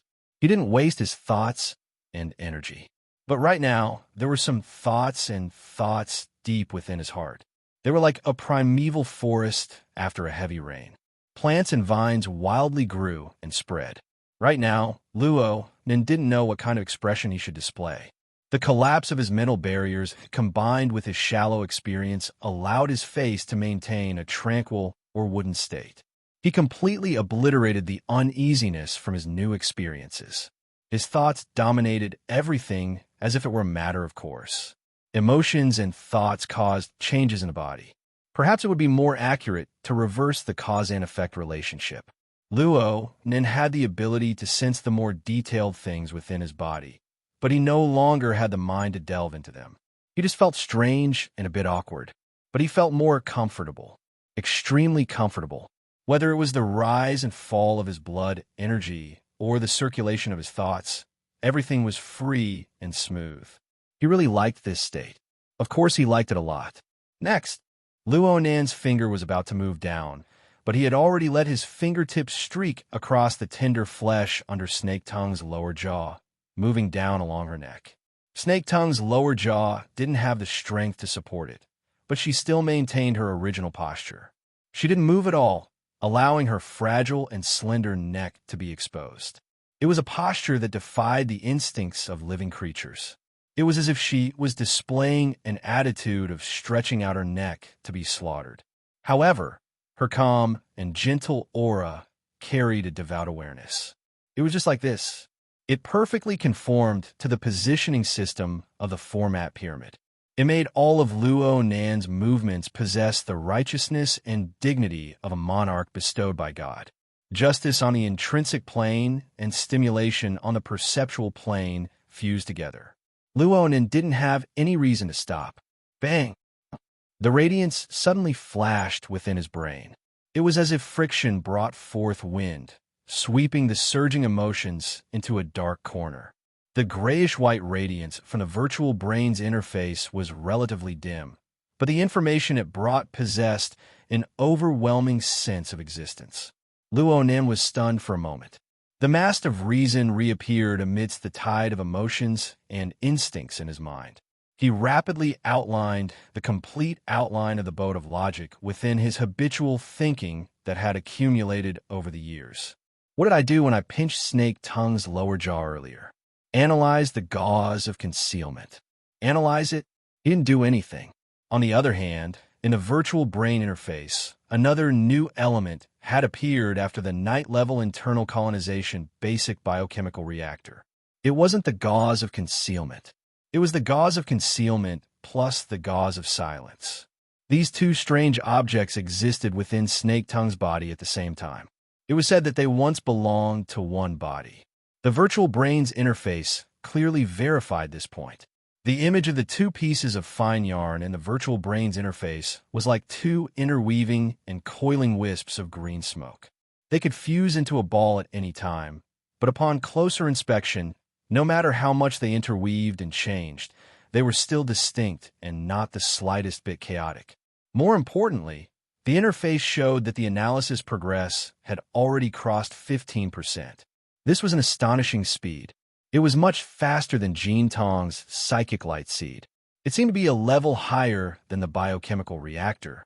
Half a year ago, he had analyzed the biochemical reactor from Li Yiwei's body and found its true appearance. He had spent a total of 40 minutes. Looking at the current situation, he might be able to solve the problem in less than 20 minutes. Oh, maybe 10 minutes? Luo Nan had done a lot of research, and he had a basic understanding of the analysis mode of the external neuron. The biochemical reactor had an extremely fast analysis speed. The database already had the corresponding information. All he needed to do was to search for it. Jean Tong's psychic light seed belonged to the electromagnetic configuration category. Even though there were differences in Jean Tong's personal style and details, the general structure and outline remained the same. The analysis speed wasn't slow either. For instance, the Blood Soul Temple, Emolin, and Yuan X clearly didn't exist in the database. They could only start from the beginning, and they were often stuck in progress. Luo Nin needed his own understanding to be in place in order to advance faster. As for the Wraith sign, its system structure conflicted. Basically, there was no need to think about it. Clearly, the yarn of concealment and the yarn of silence belonged to the biochemical reactor situation. However, this pair of strange objects was clearly on Snake Tongue's body. Luo Nin didn't deliberately use interference waves to sense and detect them. The virtual brain system had already analyzed them, and they were naturally incorporated into Luo Nan's own system. Their ownership was clear. This is because Snake Tongue has already been captured by me. She has entered the great production line of formatting theory. She is a believer, so she belongs to me by default. Even the treasures on her body are mine. This way of thinking was pretty good. It was in line with the inclination of the human heart. Luonin no longer had any further thoughts. The rapid progress of the analysis was urging him to get down to business. If he were to continue, his thoughts would go crooked. He let out a silent sigh and pulled his hand back. It's fine.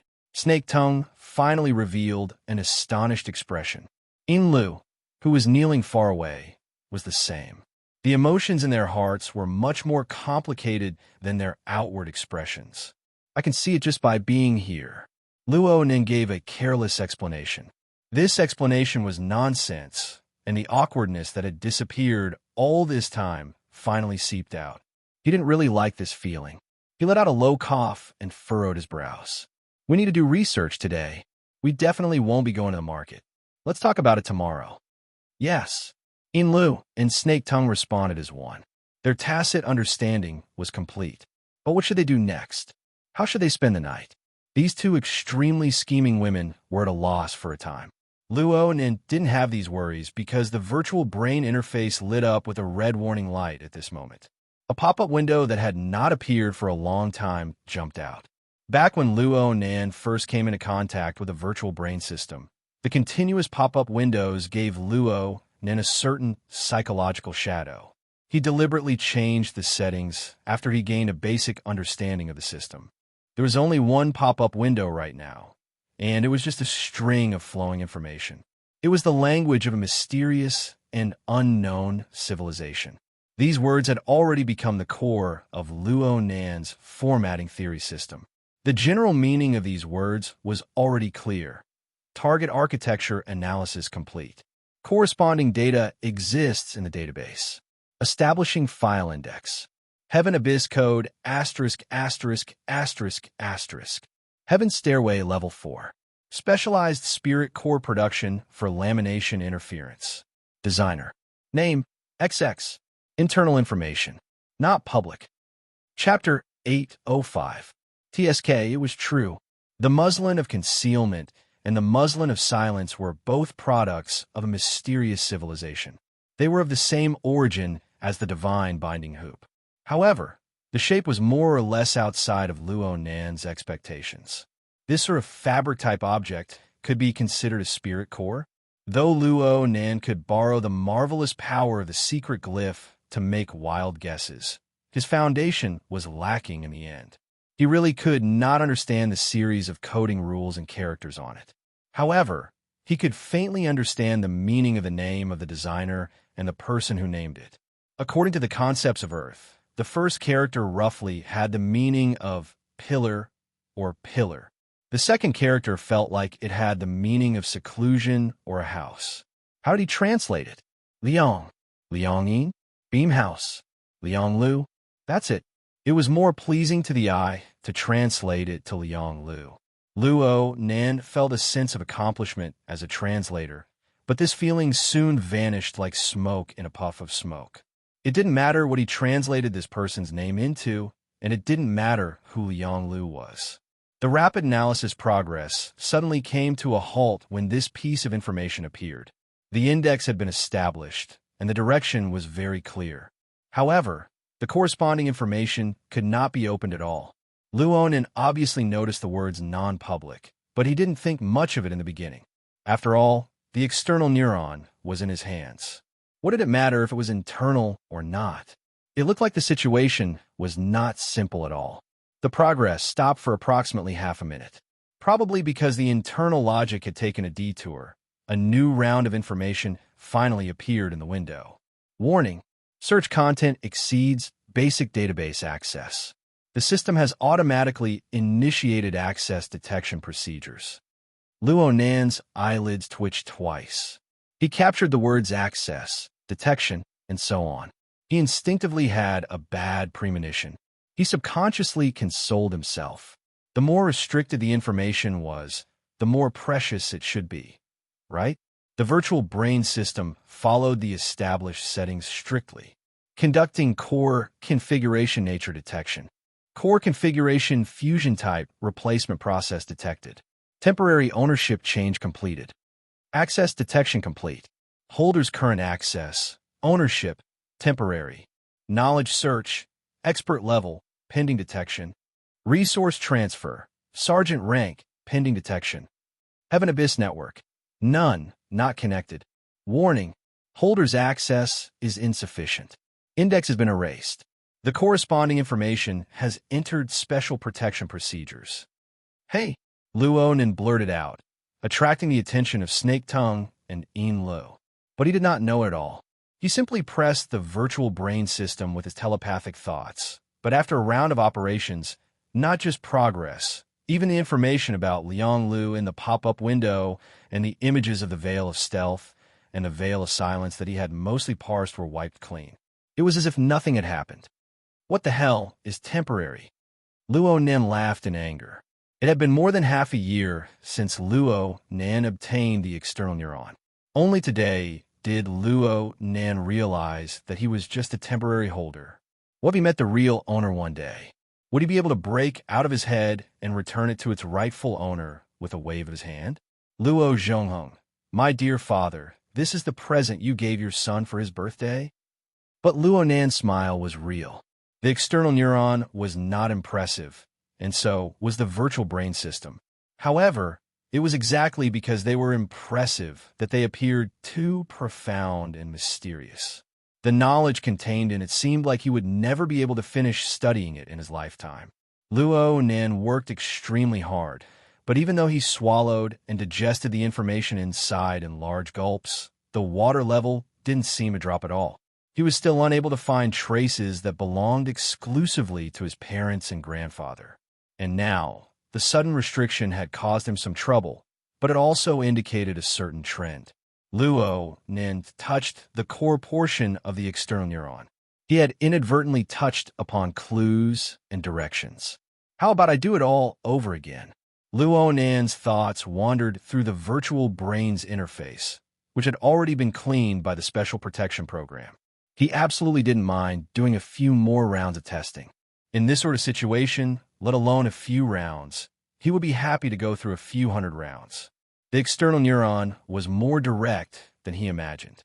A new pop-up window popped up in the next second. Its priority had already exceeded the system settings that Luo Nan had specially modified. This was because it carried a must-do option. Do you want to start the confirmation and review process? Review? This word was quite tyrannical. Could it be that the translation was the fault of the system? The smile on Luo Nan's lips became even more obvious. Even if the system gave him the opportunity to choose yes or no, he only had one path. He had to dig out the secrets of the external neuron. He had to trace the past of his grandfather, his parents, and the one who might have died, but there was still a faint hope. He couldn't say it. It wouldn't work if he said it. Luo Nan forcefully severed his thoughts and took a deep breath. The flexible e-ink screen, the external neuron, the virtual brain system. He proceeded layer by layer. What would come next? He stabbed his mind and directly chose yes. The virtual brain's interface's stagnant state completely shattered, and the information window refreshed once more. Confirmation and review process initiated. The owner's genetic data has not been entered into the database. Automatically transferred to the 100-year sequence. The general education level testing system has been activated. Results have been queried. Results are being entered. Hold on. Results? When did I ever answer a test? That's not right. I answered it, but it was clearly marked with the word simulation. It was used for practice. Clearly, the virtual brain system and the confirmation and review process would not wait for him. They would not listen to his explanation. The results of the evaluation came out half a second later. Cultural Department. Results, none. Results, none. Results, none. Results, none. Direct Teachings Department. Specialization in the Configuration Department. Level 1 in the Creation Department. Overall results do not pass. Luo Nan's heart sank. The information refreshed once more. Subject specialization meets additional requirements. Calculating specialization bonus. General knowledge question bank is not weighted enough. Additional question bank data is transferred out.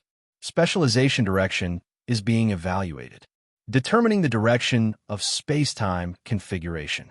Determining additional question difficulty to be specialization level 3 in space-time configuration. Can be lowered to specialization level 2. Can be raised to Heaven's Stairway level 1. Selecting questions. He really had to take the test. Luo Nan gulped. He was a bit nervous. If he was not mistaken, generic, specialist, and stairway to heaven were the levels of knowledge in this mysterious civilization. The system also had the rank of petty officer. It looked like it was a judgment of social authority.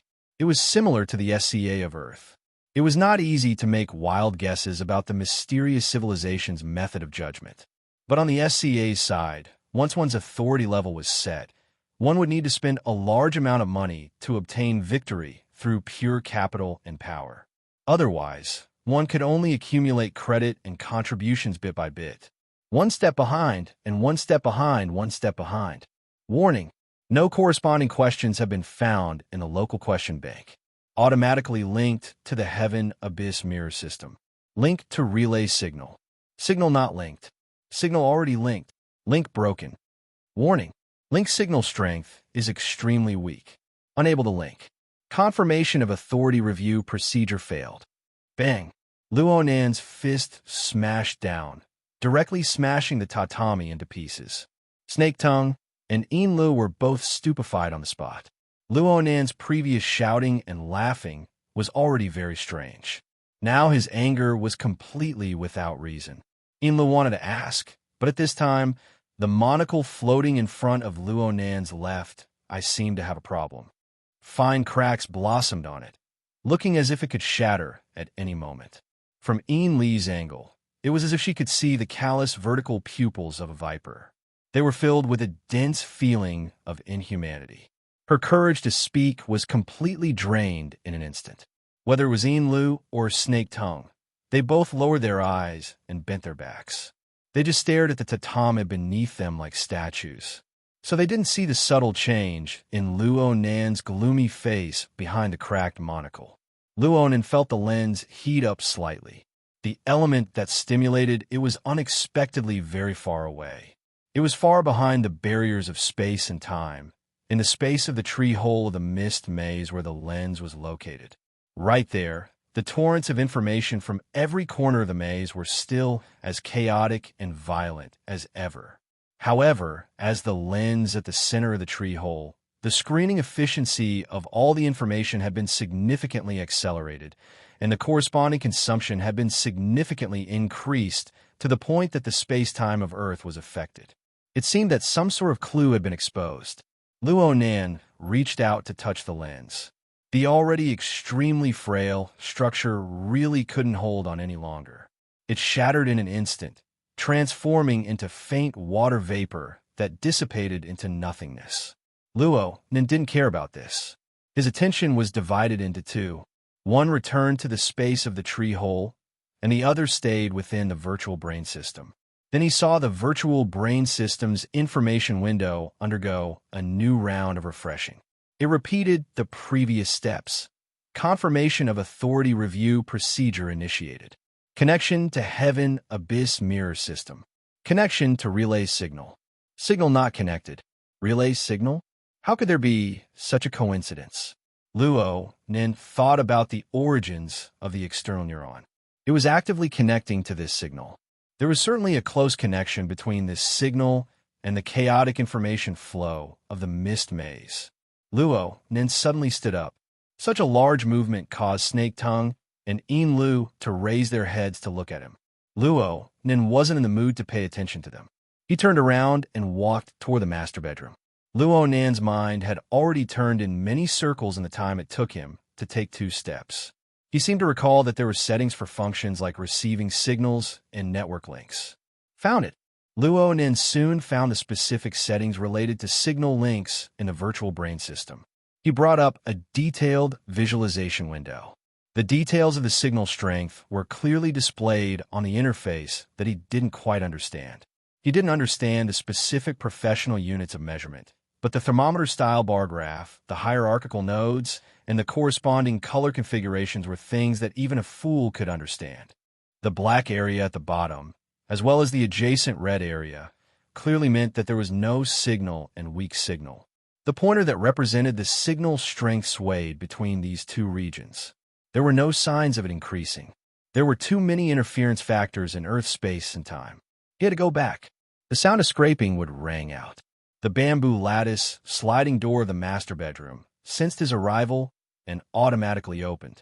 Luo Nan entered with large strides. He didn't wait for the sliding door to close. His figure impatiently entered the transition process of the sandwich domain.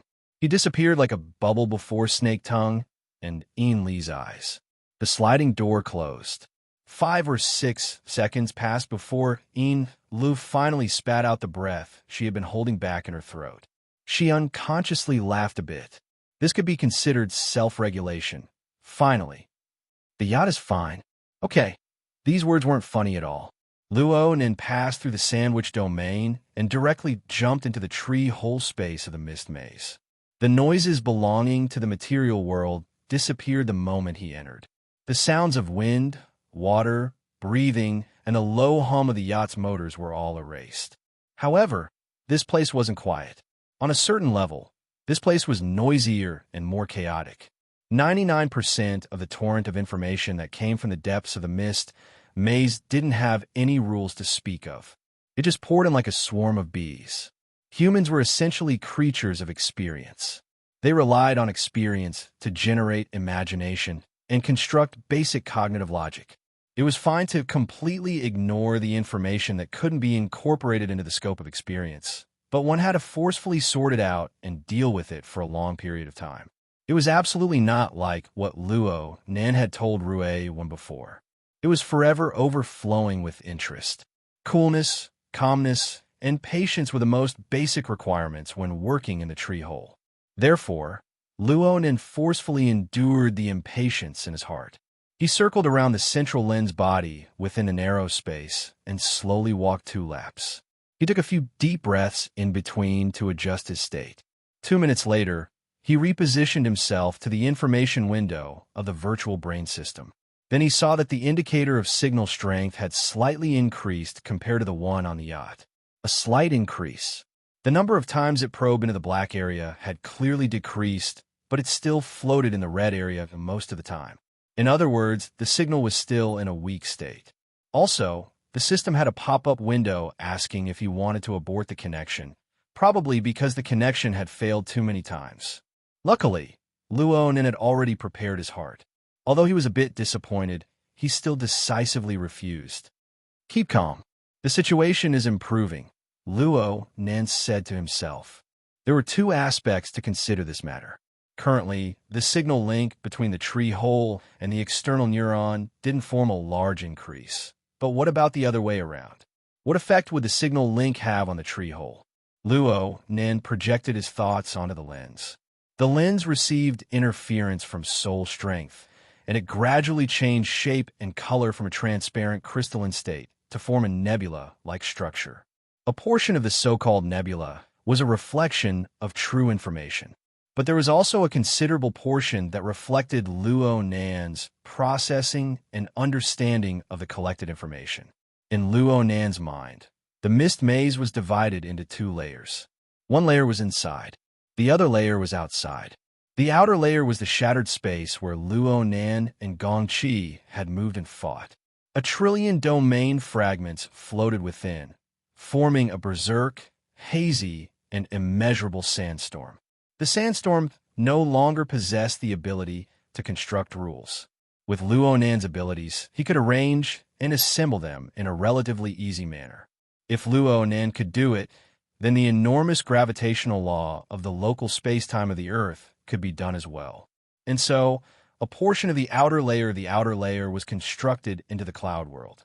In this sense, the outer layer of the mist maze was also dependent on the local space-time of the Earth for its operation. Therefore, the natural environment and conditions of the cloud world were not too different from the Earth. This reflected the dependence of the rules. However, the direction of Luonen's research had never been the outer layer. According to his understanding, the so-called outer layer was nothing more than the waste that was ejected. It was a bewildering barrier that concealed the truth. The most valuable part of the mist maze, or perhaps its true appearance, was the deepest inner layer region. It was the unknown structural core. From the long-term observation results of his father's double helix diagram and Luonen's observations over the past few days, Luonen was practically certain. 2 kinds of rule systems were colliding in the core region. The intense collision caused the space-time environment to distort and fracture. The intensity exceeded imagination, forming layer upon layer of barriers that concealed the true appearance of the core region. The difficulty of observation in such an extreme environment was far too great. At the very least, his father had never succeeded in doing so until 6 years ago. The product of the Tree Hole project changed from a sail that sailed across the ocean to a satellite that orbited and surveyed the world. A large portion of Luo Zhongheng's later energy was used to analyze the signals emitted by the collision of galaxies. From Luonen's perspective, the tree hole was already of a very high level. But when faced with the complex environment of the core region, it became an old-fashioned radio. As the controller, Luonen could only endlessly adjust, calibrate, and cover manually in order to obtain a clearer and more accurate signal. There were no other methods that were more efficient. The problem was that even if the old-fashioned radio was manually operated to probe to the bottom, there were only a few circuits and components going back and forth. The audio signals received possessed clear rules and order. Luonen controlled the tree hole. There was no need to explain the complexity of the basic construction. He needed to mobilize his entire mind to capture the information flow from every level and every dimension. He needed to sort out logical clues from the chaos. Luonen was pondering over a more efficient method of analysis. He wanted to find an automated, semi-automated analysis method. He wanted to turn these details that needed to be sensed by soul strength into information that could be collected and analyzed by instruments on the material plane. He wanted to start with creation, but his train of thought wasn't particularly clear. And at this time, the signal link of the external neuron was like a beam of light in the darkness. This description was a bit disgusting, but it fit the essence. With his father's endorsement, the relationship between the external neuron and the mist maze was already as clear as day. It was just that he was unable to find a more substantial connection until the signal link appeared. Luo then was almost certain that the signal received by the external neuron came from the core region of the mist maze. Most importantly, this signal certainly possessed some rules and order that could be deciphered. Luo then was still unclear about the details within. He was unable to sense the signal that the external neuron could sense. He was completely baffled by the logic of the external neuron's analysis of the signal. It was like how ordinary people were unable to sense the electromagnetic waves that penetrated their bodies at all times, but the corresponding electronic products could make full use of them. What did this mean? Thinking about it from a bad point of view, this meant that Luo Nin knew what was going on, but he didn't know why. The problem still couldn't be solved at its root. But thinking about it from a good point of view, this represented that Luo Nan had touched upon another dimension of information. Even though he didn't understand the logic within, he was able to make a certain direction of filtering based on the link state of the system and the flood of information. Even though this sort of filtering was destined to be a stroke of luck type, it greatly increased the probability of success. In terms of personality, Luo Nan had the bad temper of a researcher. He was also a bit philosophical and idealistic. He wanted to get to the bottom of everything, and he always wanted to integrate a universal truth that was applicable to all things. But today, he was going to be a theory of results. He didn't care at all what the signal-receiving module inside the external neuron was like or what the logic of its analysis was like. All he wanted was for the virtual brain system to display the words "link successful." Techniques, theories, and the like had to take a back seat at this time. What was needed was patience and focus. Luo Nin rolled up his sleeves and forcefully slapped his cheeks. Let's do it. Reality proved that once a person became focused, they had no concept of time at all. During this time, Luo Nan's entire mind was used on the manual operation of the tree hole. He used it on the separation, classification, and interference of the flood of information. It was hard for him to capture the unique characteristics of the so-called relay signal. He could only endlessly select samples from the flood of information, slice them, compare them, and filter them. Even if he couldn't increase the signal strength, he could still reduce the signal strength. As long as it was a method that could affect the relay signal, Luo Nin would search for it, examine it, and make a further attempt. Of course, he still had to make records. Since these were things on the perceptual plane, many of them were subtle and indescribable feelings. Luo Nan was really unable to reason them out logically. Aside from words, quantitative analysis, and structural diagrams, there were also large amounts of bizarre lines, outlines, colors, and the like. These were some immediate feelings, emotions, and impressions. Because of this, Luo Nan, who had always adhered to the classical realistic style of painting, had to deviate towards the modern and postmodern direction. Later on, Luo Nan flipped through the interface of the work area. Even Luo Nan himself was unable to understand psychic diagrams. Luo Nan even had to bite the bullet to recall and analyze them. He went back and forth like this. Over and over, he switched between the dual domains of logic and sensation. Luo Nan was highly sensitive to changes in information, but he was slow and even numb in other aspects. But numbness had its limits. Luo Nan didn't know why, but a wave of dizziness suddenly assaulted his mind. His mind went blank for a moment. He instinctively wanted to trace back to his previous train of thought in this moment of stupefaction. He flipped through the records of the work area, but his outstretched hand was clearly trembling. Sweat flowed down his wrist all the way to his elbow before dripping down. Why is it so hot? Luo Nin mumbled to himself. Only then did he discover that his head was covered in sweat. His body was also quite oily. But the most important thing was the feeling of exhaustion.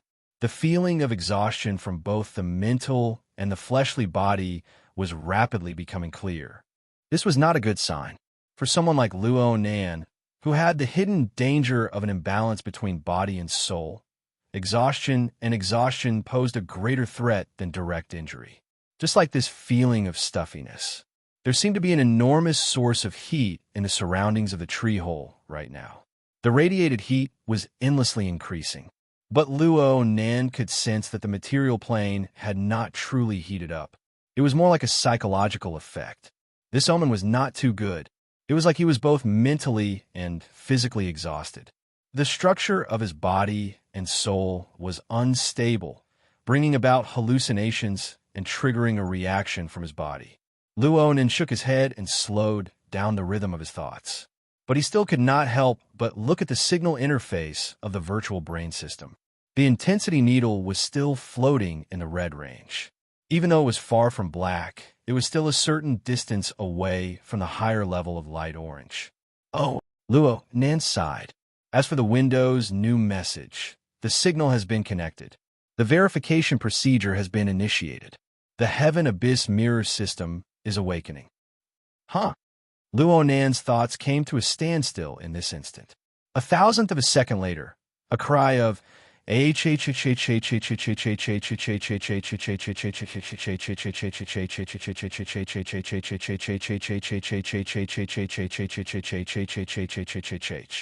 did not even pay attention to the window interface that was refreshing like a stream. Instead, he turned his head and stabilized the state of the tree hole and the lens in the first instance. Then, he frantically recorded the concrete structure and sensory information. For a time, Luo Nan had to record, stabilize, and continue to make minute adjustments. He had no idea whether the direction was correct or not.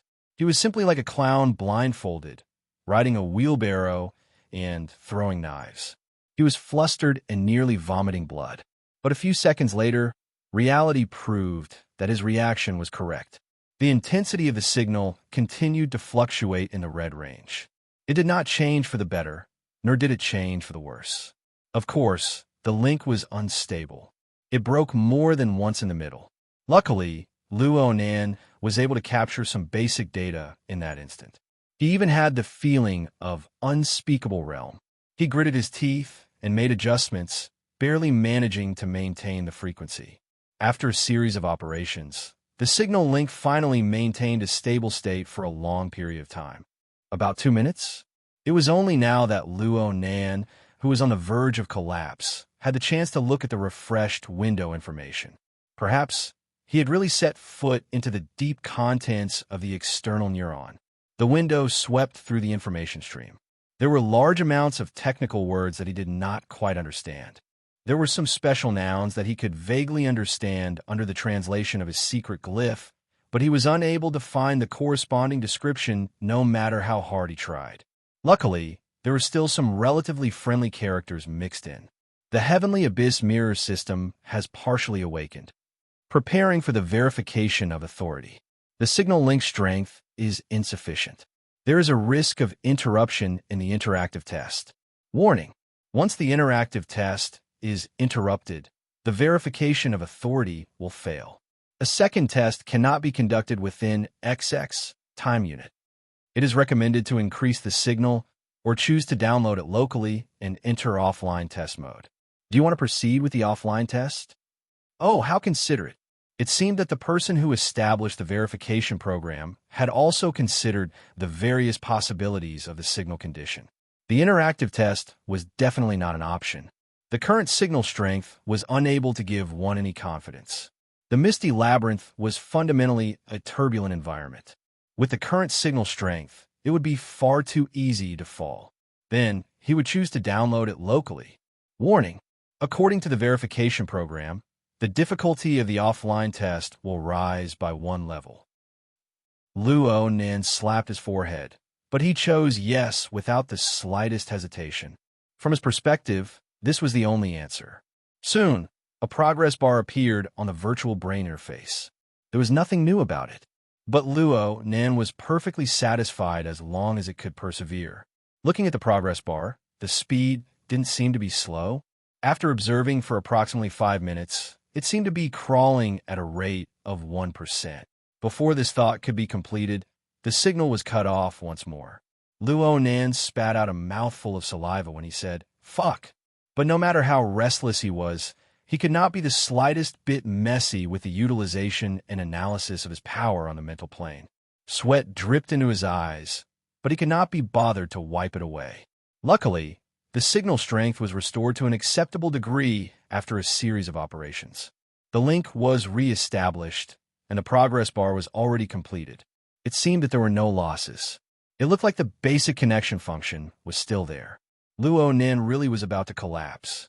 He sat down on his butt and leaned against the inner wall of the tree hole, gasping for breath. Time passed by bit, and Luo Nin wiped his sweat endlessly during this time. There seemed to be some problems with his body's metabolism. In the end, he was just too tired. The state of his body and soul had already reached its limit. Any more, and it would be like burning oil in a lamp. There would be no benefit at all. Looking at the progress bar, it would take at least 10 hours before the download could be completed. And this was assuming that the signal link was stable from beginning to end. Luo Nin certainly would not be able to endure until then, given his current state of consumption. He needed a rest. Otherwise, he would lose control of his body and soul frame due to exhaustion. Even if the download was completed, he would not have the life to test it. After weighing the pros and cons in his mind, Luo Nin gritted his teeth and did 2 more experiments. He confirmed that the signal link strength was stable within a certain range under the current state of the tree hole. Though the data download was still intermittent, it would take a few seconds to a few minutes for the link to come back. The loss in progress was within an acceptable range. It's stable now. Luo Nin cheered himself on. He also did some mental adjustments. He needed to stabilize his mind and sleep. But when he leaned against the solid wall and closed his eyes for less than 2 seconds, he suddenly opened them again. This won't do. Luo Nin was aware of his own situation. The self-adjustment of his body and soul frame in an unconscious state would cause interference to the space-time environment involved in his domain, not to mention the precise environment of the tree hole. He needed to receive a stable signal at all times. If he slept here, all his previous efforts would have been wasted the moment he woke up. It was best to avoid it. How could he avoid it? Luo Nin grabbed his wet hair and pondered for a long time. Finally, he smacked his forehead.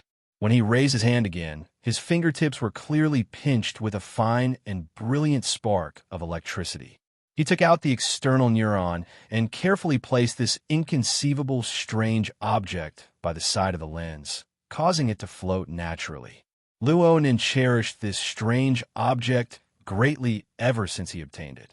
He rarely let it be exposed to the outside world. However, the tree hole could not be considered outside. This was a part of the construction of Luo Nan's domain. There was no essential difference between being here and being inside his skull. But in this way, Luo Nan could use the space-time barrier to create a buffer zone. He could avoid direct interference from the adjustment of his body and soul frame. It was a win-win strategy. Now, pull away. Luo Nan returned to Earth's space-time once more. He looked at the light outside the porthole. It should be late at night. He didn't care about the specific time period at all. Luo Nan's legs went limp when he stepped on the tatami of the master bedroom. He was careless, and his left foot tripped over his right foot. He fell to the ground, sprawled on his back, and flipped over. The feeling of exhaustion and weakness had completely broken through his limits. He hadn't been this tired even when he fought with Gong Chi. Luo Nan confirmed one last time that the external neuron was still downloading after passing through multiple space-time barriers. Luo Nin quickly fainted. Actually, I should take a bath. This was his last thought. Chapter 806. Luo Nin slept, but he didn't sleep peacefully. The heat on his body followed him like a shadow. Even though he was in a cabin with a suitable temperature, the heat did not subside. In addition, his mind was overly tense. He seemed to have woken up twice in the middle. He looked at the download progress in a daze, confirming that the link still existed and that the progress bar was crawling at a tortoise speed. Only then did he fall asleep again. Oh, I think I went back to the tree hole once. In any case, the boundary between dream and reality had unknowingly dissolved in the end. A portion of his consciousness entered dormancy, but there was another portion that remained highly active. Or perhaps various brain regions took turns entering an excited state. Luonin gradually got used to this state. His consciousness went from being tangled and struggling at the beginning to becoming a matter of course. It extended and overflowed at will. There was no end to it. Luonan's soul strength was powerful. There were very few people who could match the depth and range of his senses. As long as he willed it, the entire earth and the cloud world would become his playground. Normally, under the control of reason, he would more or less have some misgivings. He needed to cultivate and research into configuration and other knowledge. He didn't have the leisure to let his mind wander. But right now, he was half asleep and half awake. He just wanted to be comfortable and at ease. How could he care so much? For a time, Luonan's consciousness flowed without restraint. It suddenly went to the east. It suddenly went to the west. It suddenly went to the sea. It suddenly went to the clouds. With the support of the soul cloak constructed by the condensation ring, he could move unimpeded as long as there was water vapor. He could travel thousands of kilometers with a single thought. Moreover, his mind instructs, in a second, was definitely not limited to this material world. There were 10 billion people on Earth. No matter how they were spread out like stars on a chessboard, separated by the sea and the sky, Luonin could see that their self-awareness was like water droplets popping and popping. Together, they converged into a vast ocean of the mental world. It was boundless, and there were few separations. This was a more interesting place than the real world. The circumstances of every second were completely different from the last second. Luonin had operated in the mental sea more than once before. For example, he used the dream-entering technique to construct a special dreamland. He guided and gathered information from all sides to form a psychic diagram. He obtained the miraculous effect of foresight. But this time, Luonin didn't possess a clear goal. He didn't even have clear cognition. He just endlessly wandered, expanding and contracting his consciousness. He was equivalent to a hairy child in a dream. He constantly moved his pillow and kicked his blanket to obtain a more comfortable position. His mental ocean was still too illusionary and unstable. It was like a misty maze where fluff was flying everywhere, but he lacked a blanket that could be gathered together. Luonin tossed and turned again and again, but he was unable to find that comfortable feeling no matter how hard he tried. He simply relied on himself. He spread out an enormous multi-dimensional spiderweb within the boundless and limitless void. Yes, he would obviously use the wraith sign system at this time. Luonin spread out the spiderweb of the altar, and the wraith sign resided in the center of the spiderweb. It was not the master, but it had become the mount of Luonin's consciousness. It climbed up and down within the spiderweb, entering and exiting the windows of everyone's hearts. It drew out the spider threads of desire, weaving an increasingly complex web. Desire was turbid and chaotic, and the corresponding consciousness was also chaotic and changeable. It did not possess any specific rules. Only when an external force deliberately guided it would it form a certain trend. This was not a time of war. Luonin's consciousness merely drifted according to its nature. Therefore, the spiderweb woven by the wraith sign did not activate the altar frame rule of victory notification, defeat withers. It just slightly drew in the sea of consciousness, allowing it to form a rough shape. This made Luonin feel a bit more comfortable. Luonin really did feel quite a bit more comfortable. The sea of consciousness that was drawn in by the spiderweb was filled with cool water vapor that enveloped him. Hold on. How could the emotions of living beings endlessly rise and fall in agitation become cool? Luonin intuitively felt a bit awkward. The side of reason that was alternating shifts displayed its use in a timely manner. It captured the crucial point that he had overlooked all this time. It wasn't that this side was too cold. It was that the other side was too hot. Oh, the sun was very poisonous. Luonin turned his head, and it was also in this instant that his soul shone under the blazing sunlight In the unfathomable abyss, far away in the void, the brilliant sun was like an enormous demonic eye. It stared straight at him. Light and heat were highly condensed and refined violent forces. Even though it passed through layers upon layers of barriers of space and time, it still possessed the destructive radiation that could burn the soul and the heart. The Wraith sign, who had appeared as a mount, was like thin ice under this brilliant and powerful light. It was like a faint shadow. It was hard for it to survive. It collapsed into a shapeless form, leaving Luo Nen alone. "Oh, it's you. Why are you suddenly so lively? It seems like you've gotten quite a bit closer." Luo Nen was stupefied. He felt that this was quite absurd, so he laughed. The abyssal sun was silent. It just radiated boundless light and heat into Luo Nan's consciousness and desires, filling his soul with a unique restless power. "You're the one playing tricks behind the scenes." Luo Nan didn't quite understand the details of his perception. He just felt a bit bloated. This was most likely due to the swelling of his mental plane. It allowed him to easily toss aside all apprehensions and shackles. He was fearless as he faced the blazing sun directly.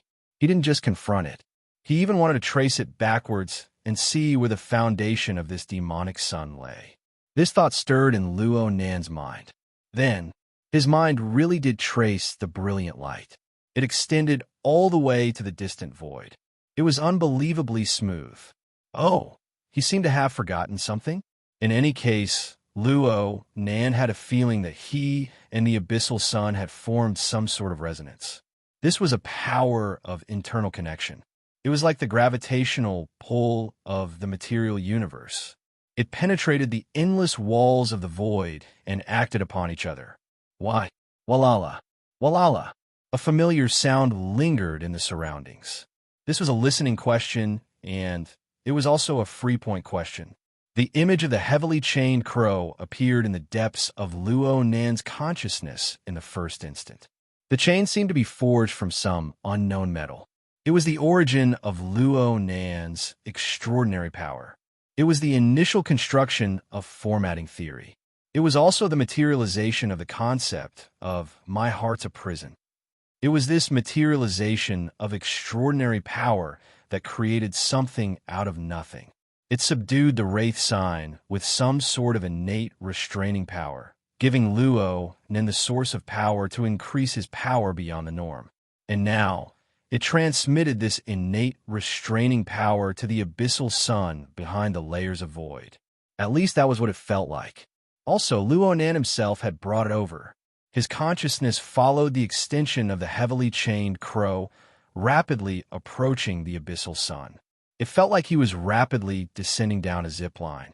His speed grew faster and faster, and he could feel the blazing light and heat more vividly. At the same time, a rumbling sound reverberated in the vast and hazy void.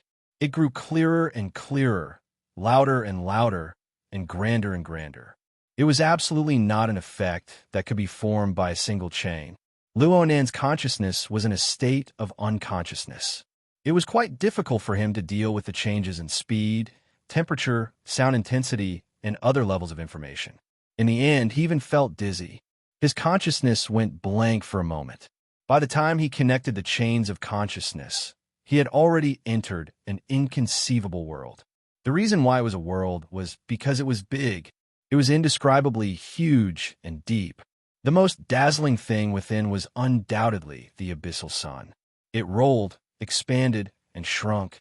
It sprayed out a terrifying flow of fire from time to time, and it caused the undulating flow of fire to form countless demonic and malevolent figures in the outer region. They were like living creatures. However, such an existence was not the main body of this world. Luo Nan's consciousness only paused on the sun for a moment before it shifted uncontrollably. It turned to other areas that the light could not illuminate. This other area was truly vast and boundless. However, this area was filled with layer after layer of dark chains. They were immeasurable, and the dark chains could not be seen from beginning to end.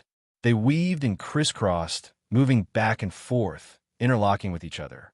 They hummed and vibrated, converging into a harmony that made one's scalp go numb. They constructed a complex, dense, and boundlessly deep-sealed prison. They were the main body of this world. Perhaps they were the essence of the abyss. Luo Nan's own dark chains seemed to have fused into this sealed prison. It was the only end that could be seen, but it was also like the only loose slipknot. Well, this was just sleep talk.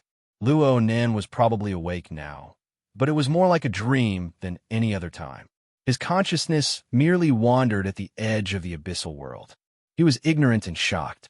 Luo Nan had once viewed the core of his own format pyramid under Gym Master Shio's guidance. He had also seen the unique image of the dark chains densely woven. It was somewhat similar to the current absolute chain prison. However, the difference in scale and complexity of the interweaving structure was like the difference between heaven and earth. There was practically no meaning in comparing them. If Luo Nan were to force a comparison, then Luo Nan's was at most a crude model. Its degree of precision and rigor were inferior to even the most basic link node of this absolute chain prison. However, there was clearly an extremely close and direct connection between the two. Could this be the source of the power of my heart's a prison? I think I saw an amazing fellow. How could there be such a place in the universe? Where in the world was it? With Luo Nan's current level of strength, any conjectures were shallow and laughable when compared to this world. He was unwilling to engage in meaningless conjectures. His consciousness naturally extended outwards, attempting to copy down this grand, precise, and rigorous system for further research. Luo Nan's telepathic thoughts approached the depths of the abyssal sun wheel and the absolute chain prison. They grew clearer and clearer, allowing him to see more close-up scenes and understand more of the truth. There was no doubt that the sun wheel and the absolute prison were in constant conflict and confrontation. The absolute prison constructed from endless chains constructed the abyss, firmly imprisoning the sun wheel in its deepest depths. It compressed the space for its existence and weakened its life force. But during this process, every single chain endured a violent and blazing baptism of high temperatures. The detailed structure of the myriad chains was often shattered and then recombined. The recombined structure was different from before. It was as if the sun will had melted and even remolded them. Luo Nan was practically engrossed in this cycle of conflict and reconstruction. This was because he saw the supreme and deep configuration thinking within, as well as the incomparably vivid demonstration of the material. Every time it exceeded his imagination, it was just right. It was truly miraculous. A subtle and abrupt incongruity was embedded in at an opportune time. It was like a dim mark that appeared on the bright and clean surface of the jade porcelain. Simple, crude, rigid, dilapidated.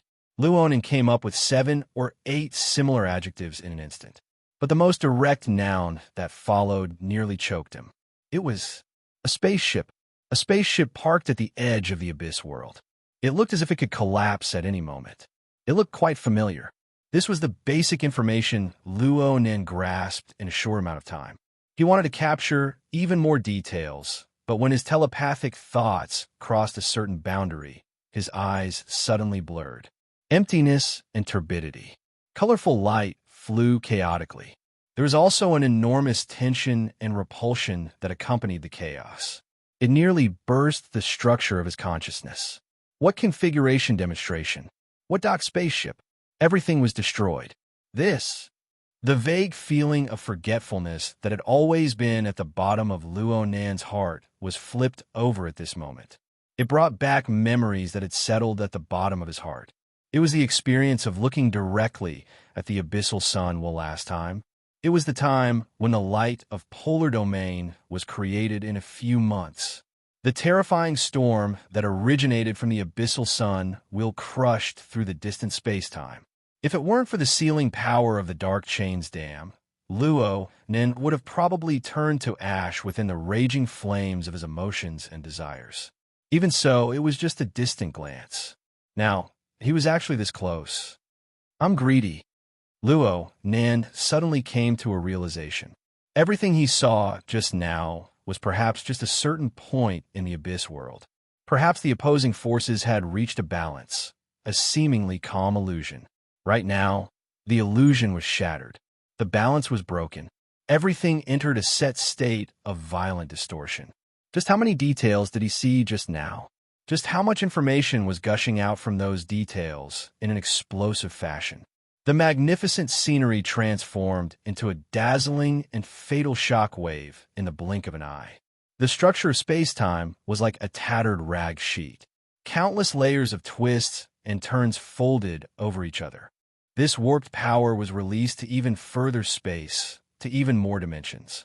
Luo Nan's probing telepathic thoughts immediately turned into a high-voltage circuit.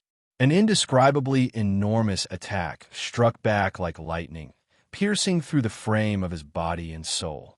The power of the sun wheel and absolute hell, as well as the corresponding information, all poured into his brain. There was no doubt that the power of the backlash was extremely terrifying. And this time, the dark chains were no longer insulated.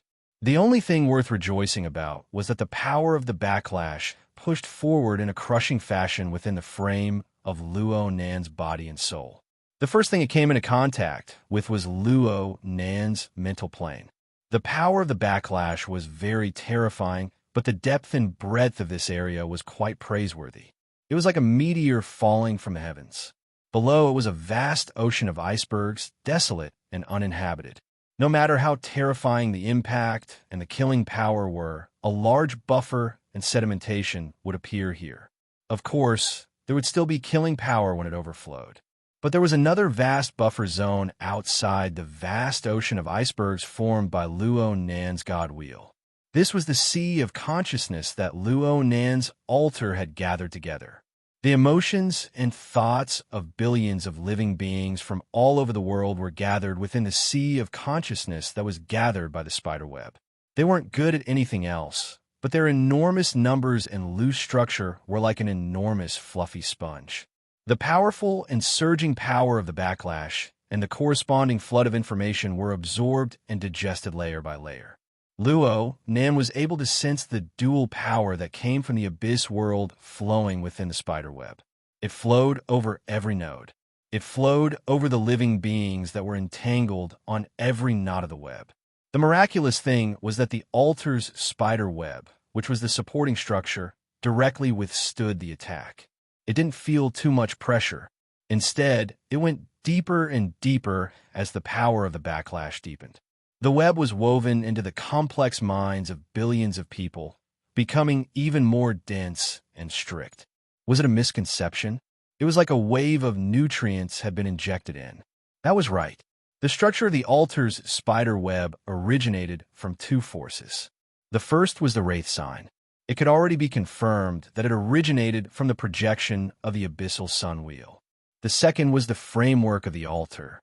From what Luo Nan could see now, there was an 80 to 90% chance that this framework came from the absolute chain prison on the other side. In this way, there was the scorching heat and guidance from the abyssal sun wheel. There was also the harsh rules and control power from the absolute chain prison. They interweaved together.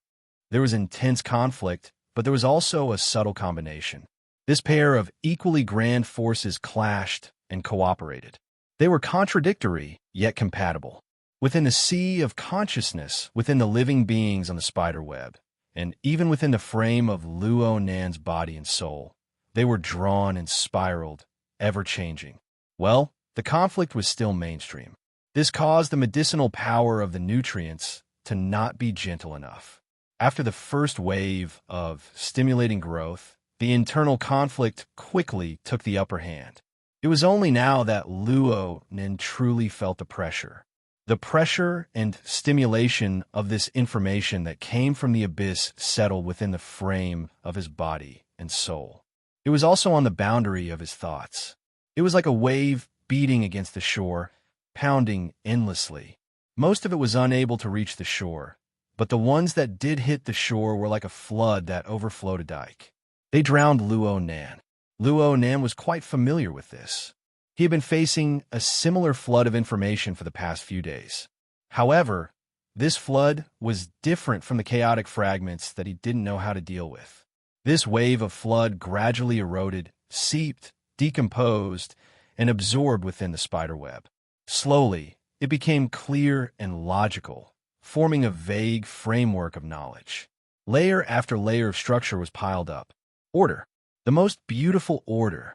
Even though it was heavy to the point of being hard to bear, it made one unable to stop.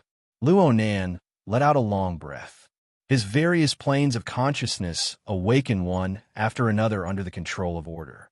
He unwittingly became completely clear-headed. He opened his eyes. The flat ceiling of the cabin was reflected in his eyes. There was also the blood-like sunset that penetrated through the porthole. The information of the material world was rich and vivid. It was most suitable for humans to receive and understand. It was just that Luo Nan turned a blind eye to it. Instead, he gave up the easy for the difficult. He went to decipher the enormous information structure that still settled within the frame of his body and soul, the altar's spiderweb. He made appropriate associations and extensions. Luo Nan naturally thought of his own situation. He was probably the primary martial arena of the conflict between the sun wheel and absolute prison in the space-time of Earth. It had been going on for a very long time. The configuration system and the wraith sign system. Reason and emotions. Rules and chaos. Wasn't this the case? There was also the mist maze. The current Luo Nan could make a clearer judgment of the core area of the mist maze. Conflict, distortion, coexistence. It was very similar. Needless to say, there was also the broken spaceship, which could prove it on another level. There could be a lot of spaceships, but it was almost identical to the outer space spaceship, one of the two major satellites in the virtual brain interface. It couldn't have been a damn coincidence, could it? Everything was linked together. The Abyss world was the source of everything. Once Luo Nan comprehended this, his understanding of the information of the mist maze naturally rose to a higher level. This was the essential reason why the spiderweb was able to digest and absorb the information. Oh, the altar's spiderweb structure itself seemed to be very suitable for a further understanding of the chaotic information of the mist maze. Machines and programs were unable to decipher information that was overflowing with contradictions and conflicts. But life with spiritual intelligence, especially humans, seemed to be naturally prepared for this information. Actually, the vast majority of people did not possess the qualities to analyze complex information. But within the altar's spiderweb system, they were equivalent to lab rats. Luo Nan could observe the effects they received and make reverse deductions. From there, he could filter, precipitate, and wash out the most useful results. At this moment, Luo Nan's train of thought, which had always been unclear, became much clearer. Light flashed. Not good. There were far too many bursts of inspiration. He needed to memorize them all and go back to experiment with them one by one. Luo Nan wanted to get up and take notes, but he was unable to get up when he exerted force. The muscles and tendons involved in exerting force seemed to have completely lost their elasticity. They were sluggish and powerless. He took a deep breath and forcefully increased his strength. Finally, he raised an arm and placed it in front of his eyes.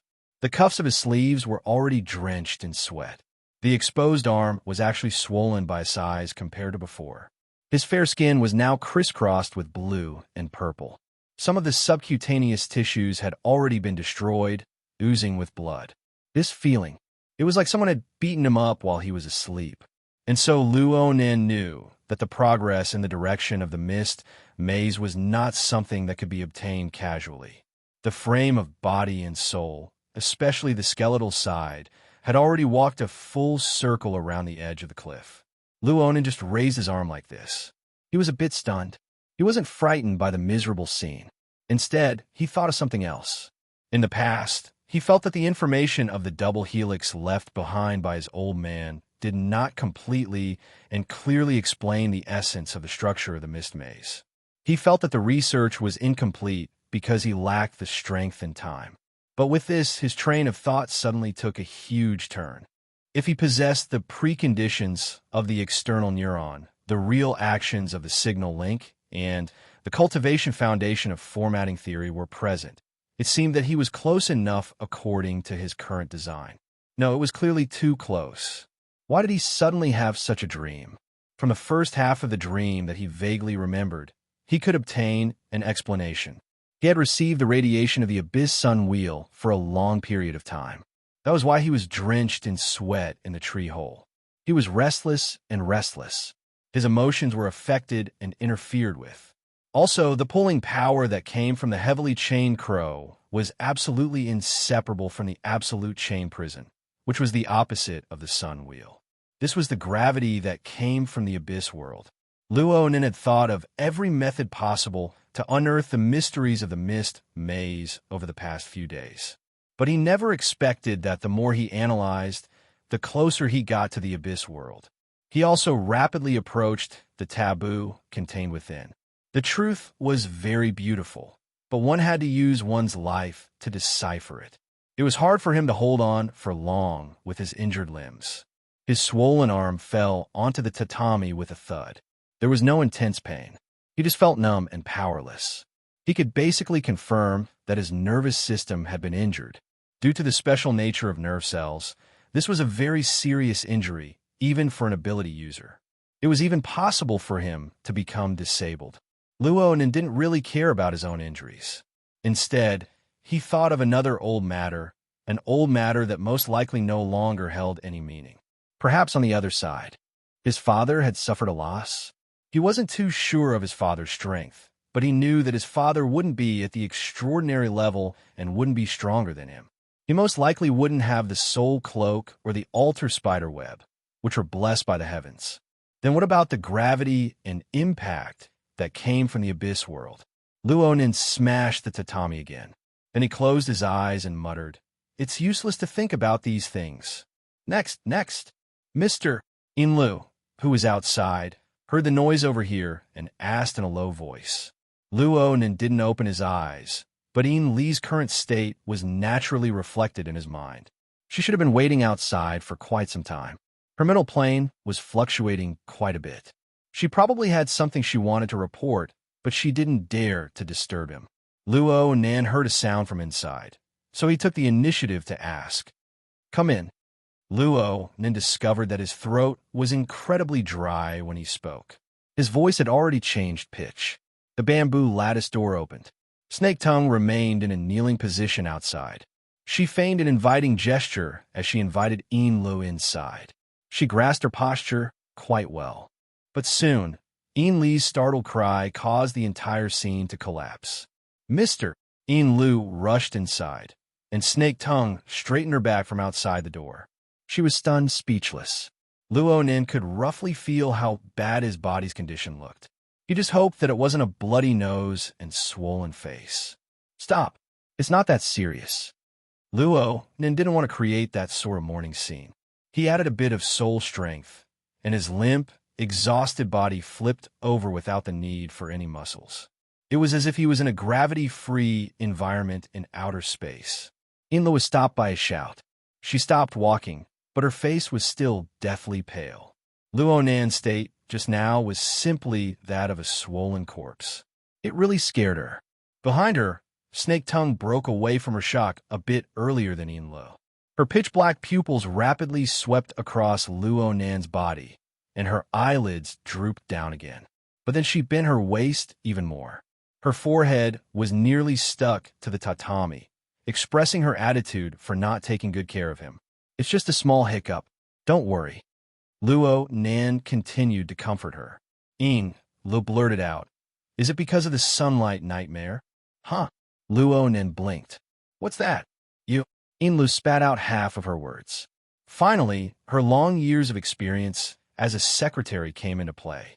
She forcefully suppressed the doubts in her heart and explained honestly. Just an hour ago, a large-scale similar nightmare phenomenon appeared on the west coast of the new continent. According to current statistics, at least 100 million people dreamt of encountering the blazing sun, intense light, high temperatures, and other situations while they were sleeping. Luonin raised an eyebrow. Of course Lu saw it, but she could only feign ignorance. She continued, "Someone posted this experience online, and it caused a lot of agreement and reposts. It has already formed a trend of panic in the new continent. Since the incident has only been happening for a short period of time, the statistics are still ongoing. I'm afraid the number of people will rise by a large margin. Luo Nin asked, "Is it just the other side?" "No. From the looks of it, the west coast of the Pacific Ocean and even the old continent are experiencing similar situations. It's only because of the time zone factor. It's daytime, and the number of people sleeping is few, so it hasn't formed a large-scale effect. This is especially true on the plane of the inner world. Many ability users have given feedback, and the influence is even more prominent in the circle of orders. It's said that some orders that worship the sun have already begun to prepare for sacrificial activities over at Ban City. Correspondingly, orders that worship the night, the moon, and other images have been impacted. I just heard that there have already been serious injuries caused by the backlash. I've also asked T-City. The Blood Soul Temple of the Abyss District hasn't been impacted, but the number of believers that have been affected isn't small. However, the feedback is quite positive. Perhaps it's because the laws and principles of my religion don't conflict with the image of this wheel. Luo Nin slowly moved his fingers and evaluated. It's a mess. Yes. Inlu had previously suspected that the sunlight nightmare was highly related to Luo Nin. Now, she was even more suspicious. It was just that it had changed from a positive correlation to a negative correlation. In short, it was inextricably linked. Of course, she didn't dare to say it out loud. After she finished explaining the basic situation, she quietly listened to Luo Nin's opinion. The polar domain of the Abyss District hasn't been impacted. It's mainly concentrated on the plane of the mental sea, which is a level lower than the light of the polar domain. The same level and same source of power will also change. There was something Luo Nin didn't say. Compared to the light of the polar domain that had gone out of control, could this be considered a digestion in a certain sense? As he muttered to himself, Yin Li's eyelids twitched to the side. Due to her insufficient cultivation, she had only heard of the light of the polar domain several months ago. She didn't have a direct view of it. She only knew that it had caused an enormous shock in the upper echelons of the inner world. "Mister, can't you cover this up a bit? It's a global influence. As for Xia City, forget it. The way things are right now, it's shameful no matter what. I'll just pretend I don't know about it." Luo Nin's body gradually felt better during this period of time. As a result, his body felt more and more uncomfortable. He had been sweating from the time he fell asleep to the time he woke up. His sweat soaked through all of his clothes. After he turned over, the half-wet clothes that hung on his body slid against the surface of his body. They were a bit sticky. He really couldn't bear it. "I want to take a bath." Chapter 807. No matter how Luo Nin's tone was, whether it was Yin Lu or Snake Tongue, they all treated it as an order to carry it out. 15 minutes later, Luo Nin was already submerged in the warm and slightly scalding hot soup. His back was leaning against the wooden wall of the pool, allowing the layers of heat to seep through the pores of his skin and flesh to permeate into his internal organs. As for whether or not this method was appropriate while he was injured, Luo Nin didn't mention it. Yin Lu and Snake Tongue didn't have the leeway to comment. It had to be said that the traditional bathing culture of Ban City was quite unique. Due to limited conditions, there was no hot spring on the yacht.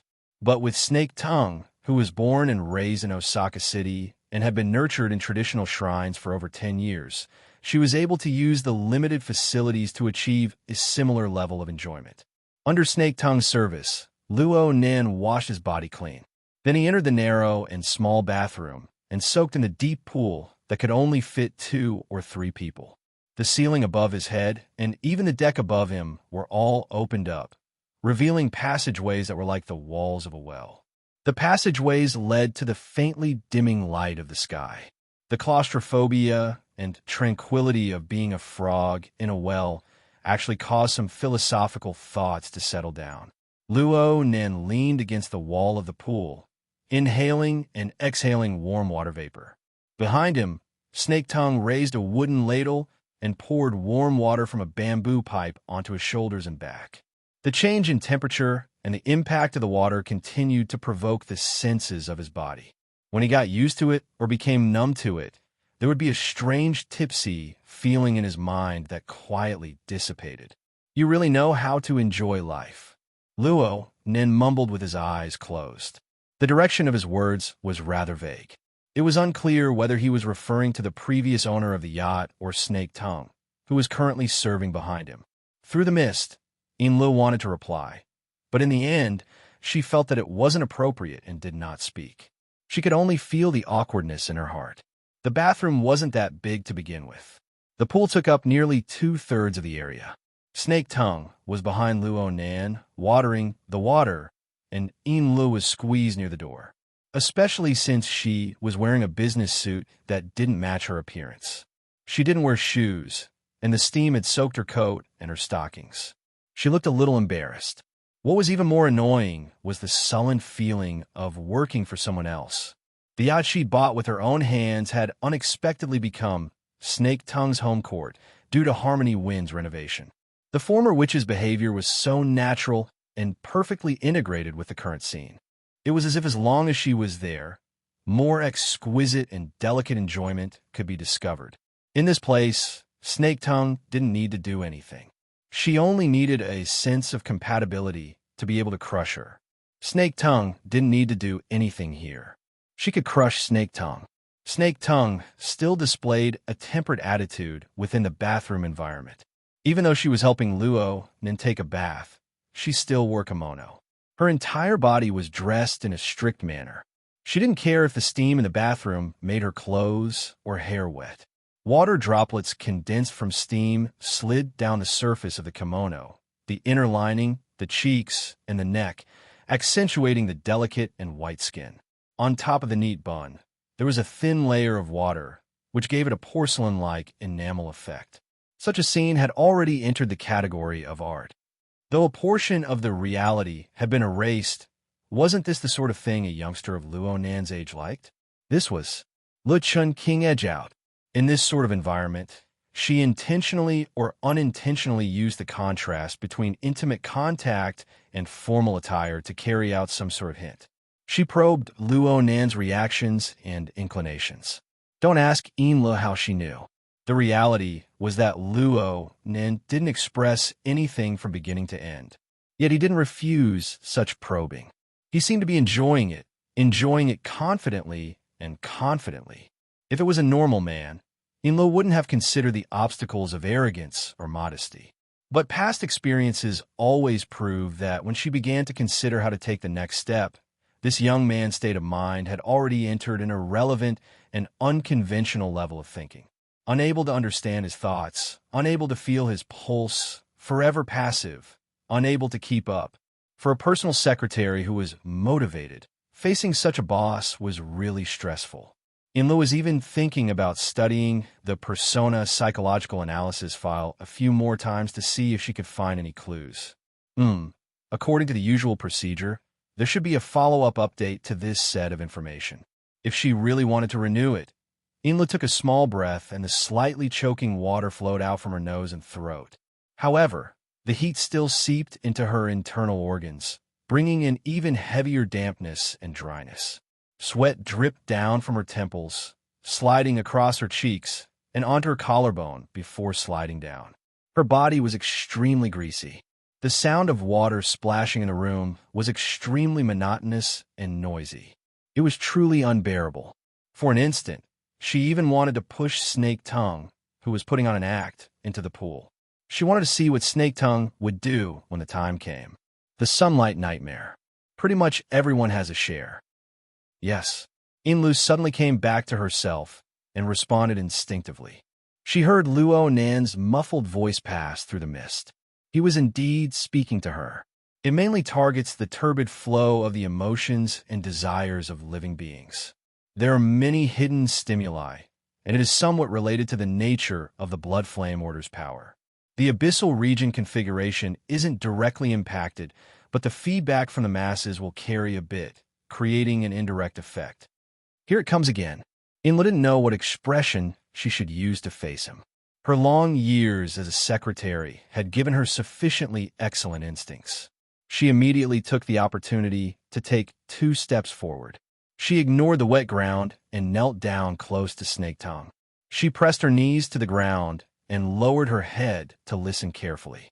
Yes, please guide me, mister. Snake Tongue thoughtfully stopped watering at this time. She knelt upright to the side and served Luo Nan, causing the bathroom to become much quieter. Luo Nan's voice was still muffled, and it mixed together with the slightly undulating sound of the water. The lowest level of the magma lake is now equivalent to adding something. It will gain quite a bit of benefit for a short period of time. You can use it. However, pay attention to guiding and dispersing it. Don't let it flood your mind and explode your negative emotions. Lu subconsciously responded, yes. But in the blink of an eye, her final words were stuck in her throat. He wasn't talking about the order. He was clearly talking about herself. She stood to the side, her emotions surging up and down. They actually didn't escape Luo Nan's eyes. It was hard for anyone to avoid palpitations and fear from being exposed like this. Her heart skipped a beat, but the compensating emotions that came surging up were unexpectedly peaceful. They were even mixed with a marvelous feeling of excitement. Yes, Sheath and the Bloodflame Order were under Luo Nan's control for a long time. They were cowering under his inconceivable might. She was able to attract Luo Nan's attention. This proved that she possessed a certain position and meaning in Luo Nan's heart. She was quite lucky. Besides, what was so strange about having her thoughts seen through? Several months ago, when she was communicating with Luo Nan through Fei Jin, hadn't she already been pierced through by this sharp edge? Also, she had experienced the mystical feeling of fighting across space with a true god and the others. Shouldn't the true meaning of gods understand be like this? Li's other knee touched the ground. She allowed the overflowing pool water to seep into her stockings. She lowered her head deeply. I understand what you mean, sir. I will immediately go and make arrangements for T-City. Her voice was cut off again. This was because there was only a distance of half an arm between Lu and Luo Nan. She could clearly feel the warmth of Luo Nan's body. She could hear his calm and drawn-out breathing. She could also hear his words that were close to a whisper. The power of chaos is still power. It's a ways to directly offset it. It's very economical to use certain rules to restrain and utilize it. It's very economical. The Bloodflame Order has already walked this path, but Mrs. Halder has walked even further. Since you have a foundation, you should use it. Think more and ponder more. Inla didn't quite understand. She could only respond with another yes. She prepared to ask Mrs. Halder for guidance later. Also, this place is a bit closer to Point B. Let's drive there. Sir, you want to go to the island? Inla had already begun to adapt to Luo Nan's leaping thoughts. She quickly reacted. The so-called Point B was none other than Claw Island, the shooting range where Luo Nan practiced his exoskeleton control a few days ago. She was a bit hesitant. Sir, your current body. Just prepare a wheelchair. It's fine if you don't have one. Yes. The boss made a decision. Agreeing to it first was definitely the right thing to do. Then she heard Luo Nan continue to list out his request. I need around half a ton of consumables. Inlu quickly did some mental calculations and responded. The island has enough in stock. However, I'll still need to transfer some to be absolutely safe. Luo Nan didn't say anything else. Lu received the order, and her entire being was brimming with energy. She was no longer entangled in trivial matters. She quickly got up and left the bathroom. Right now, only Luo Nan and Snake Tongue were left in the bathroom. Snake Tongue adjusted her kneeling posture. She also used this opportunity to quietly adjust the rhythm of her breathing. She slowly entered the service station. This time, she was prepared to do something different. She heard Luo Nan murmur at this time. Just a bit more. There's also you. Snake Tongue. Snake Tongue originally wanted to maintain the persona of a person of few words, but now that she was called out, she could only respond in a low voice. Your Excellency? Who knew that Luo Nan wouldn't speak again? Snake Tongue couldn't check his pulse, but she had to speak no matter what at this time. Your Excellency, do you want me to give you a massage? Luo Nan still didn't speak. His eyes were still closed, but his chest rose and fell slightly. It seemed that he had fallen asleep amidst the dense steam. Snake Tongue could only assume that he had agreed. She dipped her hand into the pool of soup for a while, then stuck close to the surface of the water. She slowly moved up from Luo Nan's chest and ribs, using the warmth of her palm and fingers on his body. Right now, Luo Nan's skin was dark red from being soaked in the pool of soup. However, what was even more eye-catching were the crisscrossed bruises of green and purple. These were just the surface. There were some areas where Snake Tongue's fingertips streaked across. What should have been the taut skin of a young man was soft and collapsed. It was as if the skin had completely lost its elasticity. And so, Snake Tongue knew that Luo Nan's inexplicable injuries were far more serious than what was visible to the naked eye. Did he fight a great enemy through the air? Did something go wrong with his cultivation? Or did he delay the eruption of internal injuries from his battle with Gong Qi? A few speculations flashed through her mind. The rhythm of Snake Tongue's massage wasn't affected in the slightest. Only her fingertips became sharper. They alternated between the intact and the damaged body. She didn't need to deliberately mull over it. The knowledge accumulated from her many years of cultivation formed a rather precise image of the human body in her mind. Where it was tough and where it was weak, she could see it with a single glance. Chapter 808. Luo Nin really did seem to have fallen asleep. His breathing grew longer and longer. Snake Tongue slightly straightened her waist, letting the back of Luo Nan's head rest against her chest. Her fingers moved to Luo Nan's temples, gently rubbing them. From Snake Tongue's perspective, the sleeping Luo Nan completely exposed the face of a young man. The slight swelling caused by his injuries dispelled the only sense of seriousness that came from his habitual frown. Such a young man was 16 or 17 years old. He hadn't even passed puberty, but he was already one of the strongest people in the world. He possessed the mighty power of a god, and he firmly grasped her fate of life and death. But right now, this young man's mind was hazy. He had hidden injuries all over. It seemed that all she needed to do was exert a bit of force with her two fingers. Some restless flames were instantly frozen by ice-cold reason. But Snake Tongue's fingers still showed some stiffness. Even in the hot and humid bathroom, cold air seeped out of her fingertips. Luo Nan's eyelids trembled slightly at this time. Then he slowly opened his eyes, but his gaze was unfocused. It was as if he was cast into an unknown dimension. Snake Tongue's rubbing movements were nearly frozen to death. Her long years of acting had tempered her top-notch acting skills, as well as her powerful control and expressive ability. This helped her maintain her current persona of a perfect servant, allowing everything to continue according to normal logic. Snake Tongue was confident in her acting skills. She could vividly play any role in the world, and she could play the perfect version of herself. The problem was that even the world's top acting skills were unable to control the thoughts that flashed through one's mind. Unfortunately, the person in her embrace possessed the divine power to point directly at one's heart. A second later, or perhaps longer, Luo Nan's voice rang out. Your talent in cultivation is better than Li's. You're better than many people. Much better. I already knew this back at Ocean Sky Cloud City. Snake Tongue's rubbing movements finally froze. She held her breath. I just had a concept regarding coupling. I recklessly experimented with it, and you were able to sort out a logical outline. You're truly amazing. Luo Nin was undoubtedly reminiscing. He was reminiscing about his first encounter with Snake Tongue several months ago in Xia City. Snake Tongue didn't know why, but this was absolutely not what she wanted. The problem was that she couldn't even control her own thoughts, let alone block Luo Nan's thoughts. Back then, you didn't call me Lord. You called me what? Lord Luo. There were a million things in Snake Tongue's heart that she didn't want to say, but in the end, she could only obediently spit out the answer. Her voice was unprecedentedly hoarse. Luo Nin was still leaning in her embrace.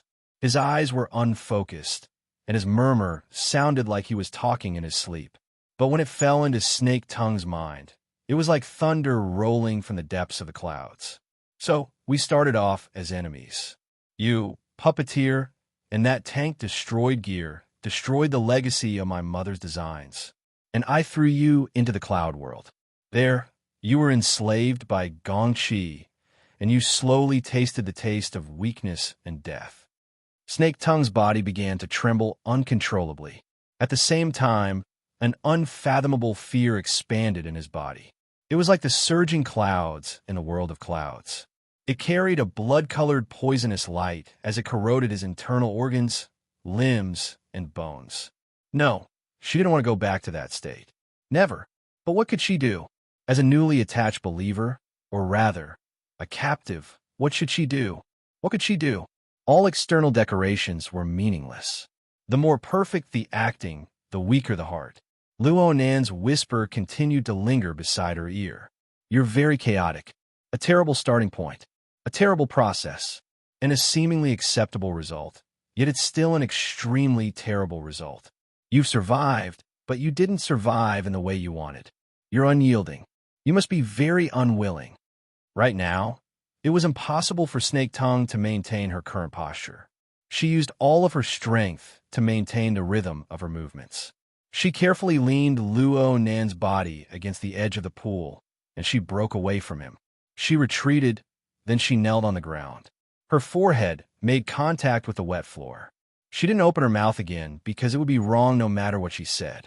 She could only use this method to display her own humbleness and submission. Luo Nan's murmur continued to enter her ears amidst the hot and humid steam. It seemed that he was a bit tired from speaking, and his voice became even weaker and more vague. Your method is superior to Enli's. Etiquette is an external order. It can restrain emotions, but it doesn't go as far as to greatly neutralize the true strength in the heart. There has always been a flame burning in the bottom of your heart. The stricter the etiquette, the more intense the flame. This is very good. There was an instant when Snake Tongue's entire body went numb from top to bottom. It was as if she had lost all perception of her body. Only the heat and burn that burst forth from her chest was so clear and real. It was also at this moment that Snake Tongue tasted the flavor within. It was fear. It was resentment. It was hatred. It was restlessness. It was unwillingness. It was everything she was unable to dispel in this lowly situation. It accumulated and coiled to the point of smoldering poisonous flames. It was like the burning coal seems underground or the roaring magma. It smelted her soul, causing it to transform into an appearance that she herself was unable to distinguish. But the important point was that such a warped and blazing soul gushed out a power that even Snake Tongue herself was unable to control. It was grasped by a peerlessly powerful hand from outside, stroking and toying with. A deep despair covered her nose and mouth, suffocating her. Luo Nan's voice dispersed amidst the steam. There were practically no fluctuations in his tone. He spoke in a flat and straightforward manner, describing the facts. You are polite, temperate, and obedient. You use etiquette to regulate and sublimate them. You are close to pious. The word pious is very good. This form is also very good. However, your self-awareness isn't clear enough. You said it yourself.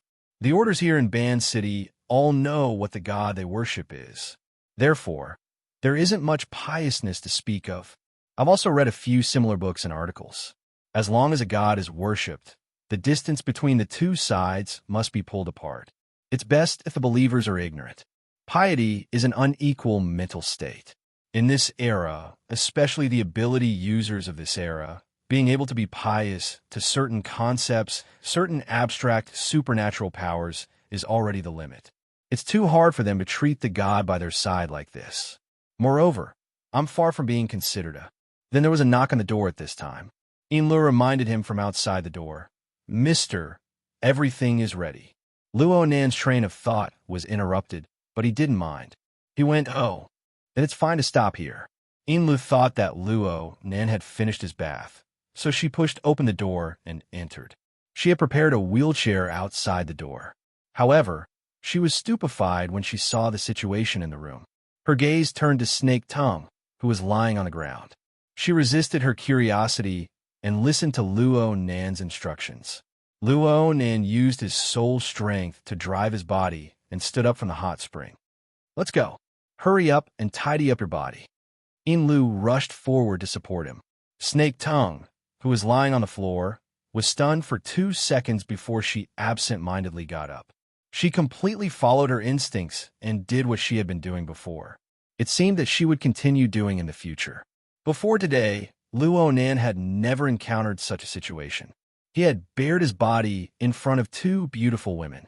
He was like the slave masters of ancient times, enjoying meticulous service down to his hair.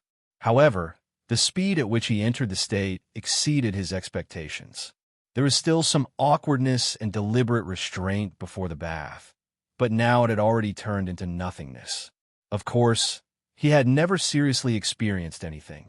Most of Luo Nan's energy was placed on the sunlight nightmare, the source of this phenomenon, the abyss world, and the intermediate process of the evolution of the two. He had observed the abyss world and even experienced the effects of the backlash. Right now, his brain had quite a few bursts of inspiration. Unfortunately, none of them matured. Once he entered the practical domain, he would more or less be lacking. And these were just insignificant sprays and droplets of the torrential flood of information. There were many more valuable things. They were all buried in the filtering nets of the soul cloak and the altar spiderweb. It was hard to find a trace of them. If he forcibly searched, his consciousness would unconsciously move toward the abyss world. He would feel the gravitational effect. Luo Nan didn't know the gravity of the situation. He didn't have the courage to do another wave in a short amount of time. Therefore, he cast his gaze toward the outside world. The other side of the Pacific Ocean was the area that suffered the most from the sunlight nightmare's attack. However, Luo Nan had already observed that the attack was too tyrannical. The effects and feedback were rather monotonous. On the other side of the old continent, the effects were incorporeal and ever-changing. There was great value in observation and research. Inlu and Snake Tongue were both targets of his observation. As for the results of the observation, there weren't any surprises on Inlu. Her years as a secretary had made her sharp and tactful, so she naturally tended to treat her boss as the key. Even if there were some stimuli, she would swiftly dissolve them without any qualitative changes. On the other hand, Snake Tongue, a beautiful and obedient woman on the surface, hid an almost instinctive, untamed strength in her heart. The exuberant emotions that were suppressed in the deepest part of his heart and the calmness and rationality that had been polished for years were a special portrayal of the blend of chaos and order.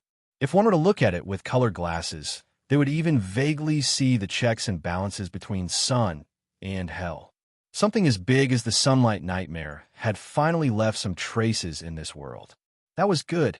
Luo Nan decided not to provoke Snake Tongue for now.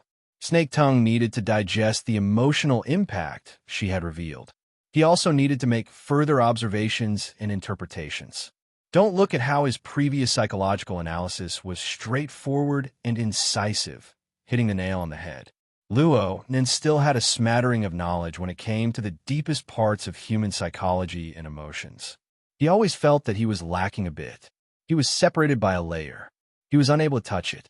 The more it was like this, the more he couldn't let go of a special case like Snake Tongue. Wasn't this a bit excessive? But among the pile of believers, there was only one example of an enemy transforming into a believer, Snake Tongue. For such a dangerous experiment with unpredictable consequences, why didn't he look for her? Luo Nan's mind spun 2 more times.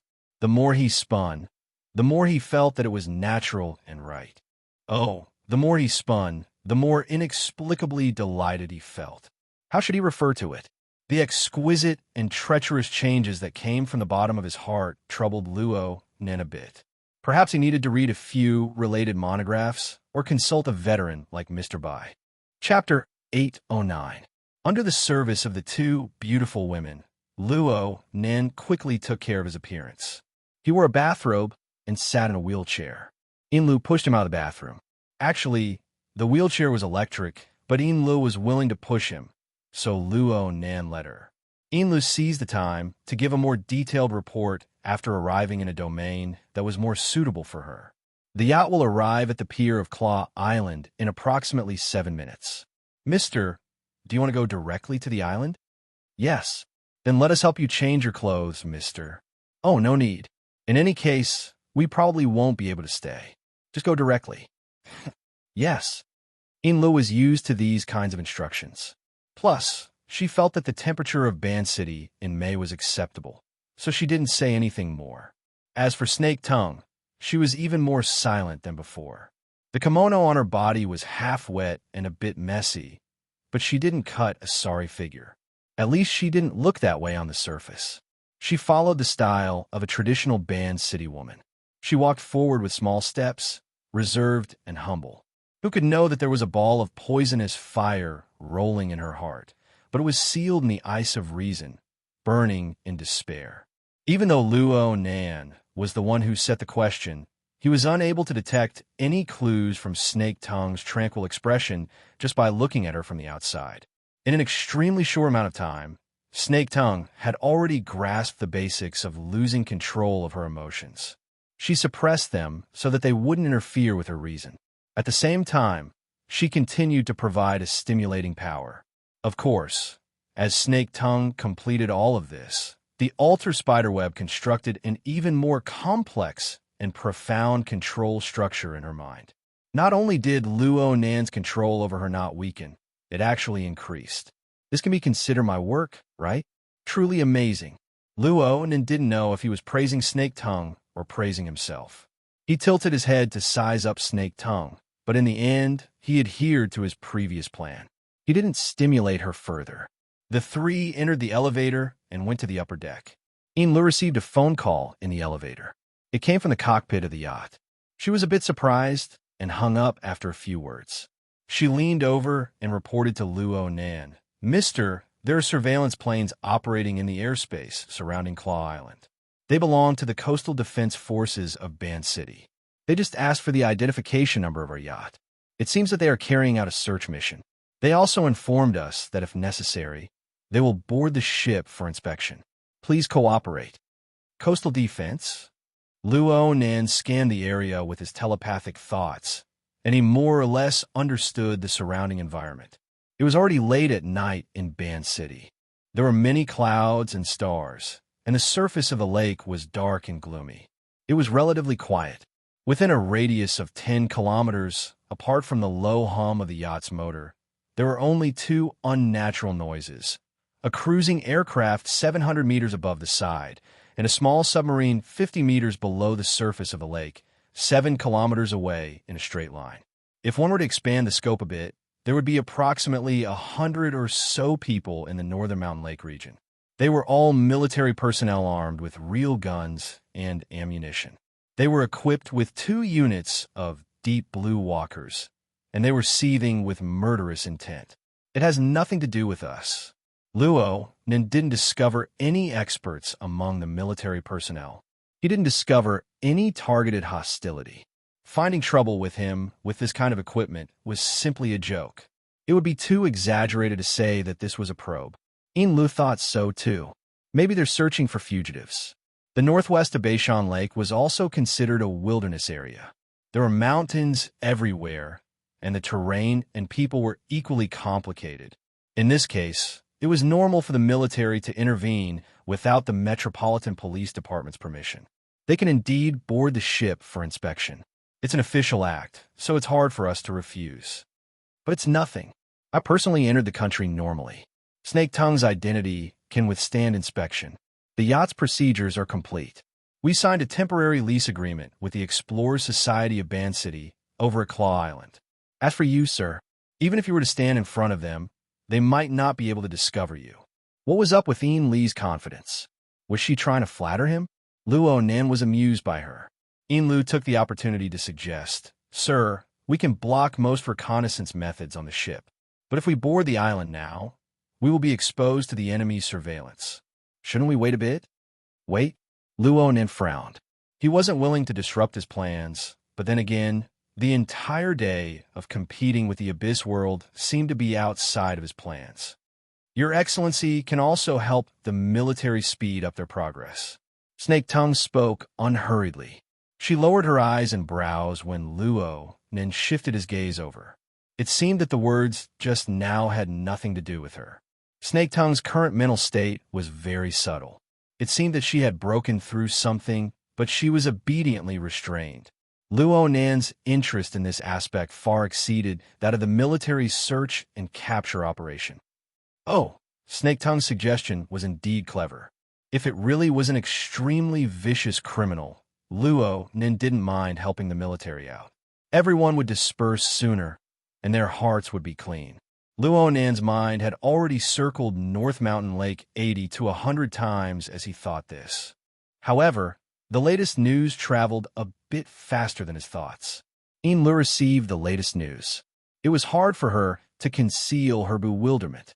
Sir, the military has informed us that they are no longer boarding the ship for inspection. Huh?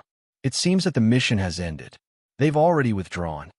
Luo Nan asked curiously, did they catch the criminal? Luo Nan's curiosity was piqued during the time Lu was stuck. His mental senses had already covered the entirety of Ban City, and he had increased his resolution by a large margin. His perceptual strength was like an enormous fishing net being cast down at this moment. It was spread out like a cloud of smoke, and when it was drawn in, it grabbed an ocean's worth of information. The information covered multiple dimensions of the mental and material planes. The amount of information he received in an instant was enormous. But compared to the trillions of fragments in the mist labyrinth, the flow of information originating from the real world and the rules of society was simply smooth and orderly.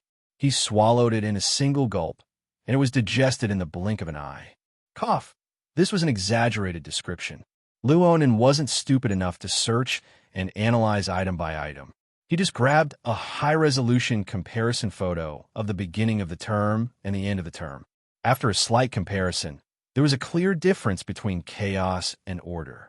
10 seconds ago, a fire, 2 to 3 violent crimes, 5 car accidents, over 100 quarrels, nearly 1,000 noises, and several tens of thousands of drunkards had occurred in the surroundings of Ban City. There were no abnormalities in all of this.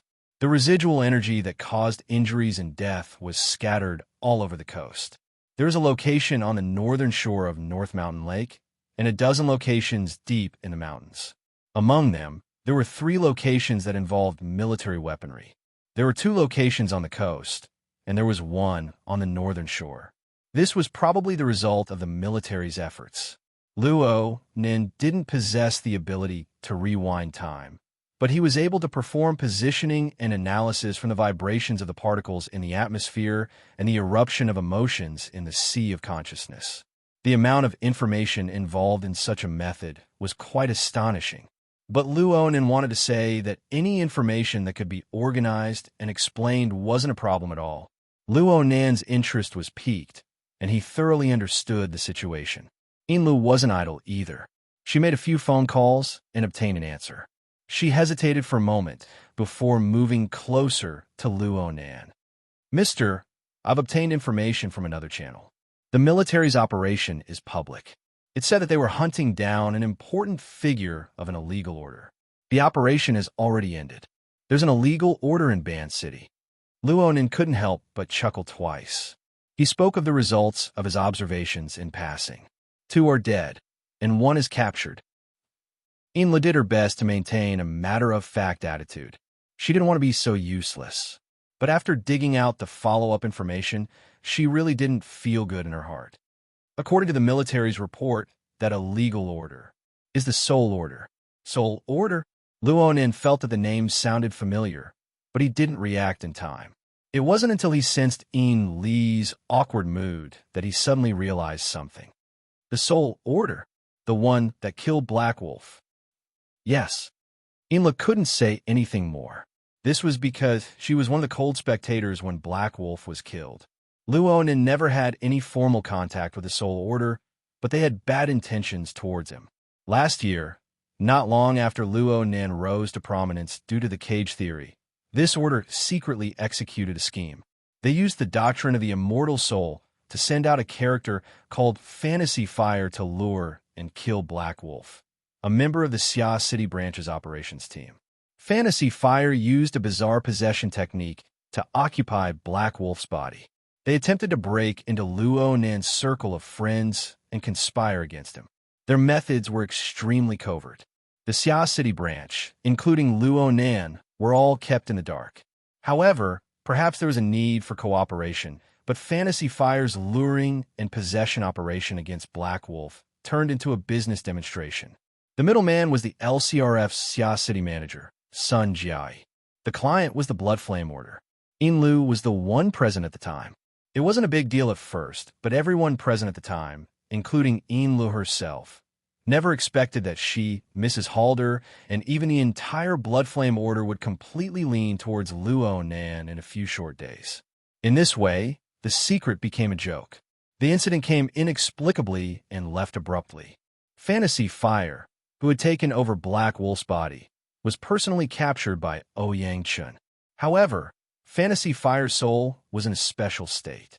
His soul was completely extinguished the moment he was stimulated intensely. He didn't leave any clues behind. Sun Jiai was controlled by the Xia City branch. She confessed to this matter without reservation, but she didn't reveal any valuable information to the Soul Order. She was only a middleman, and her identity was special. The LCRF and headquarters exerted quite a bit of pressure on her. She was currently under surveillance, and there was no further news for the time being. The Soul Order's conspiracy came to a screeching halt in Xia City. The Xia City branch informed the various powers of the inner world of the Soul Order's information and methods. It would have been better if they hadn't informed the Soul Order. Once the news got out, all sides made a summary and analysis, and the situation suddenly escalated. It turned out that Luo Nin wasn't the only target of the Soul Order. Many powerful and famous ability users of the inner world had become their targets. Their methods were very similar. They all attacked the outside first, and then they gradually infiltrated. In this way, there were nearly 100 innocent victims, not to mention the main target.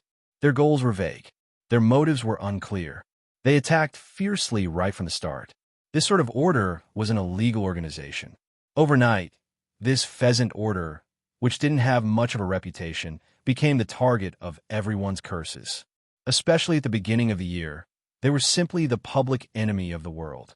Regardless of whether it was the inner world or the secular world, news about them repeatedly appeared in the newspapers. Luo Nin paid attention to them for a few days at first, but later he threw himself wholeheartedly into the study and research of configuration. He pondered over how to kill Gong Qi with a single thought, and he soon became desensitized. He was quite surprised when he heard the news today. They haven't been exterminated yet. The military has taken over handling it. I think that there are very few ability users left. Perhaps they're the remnants. Forget it. I don't care about them.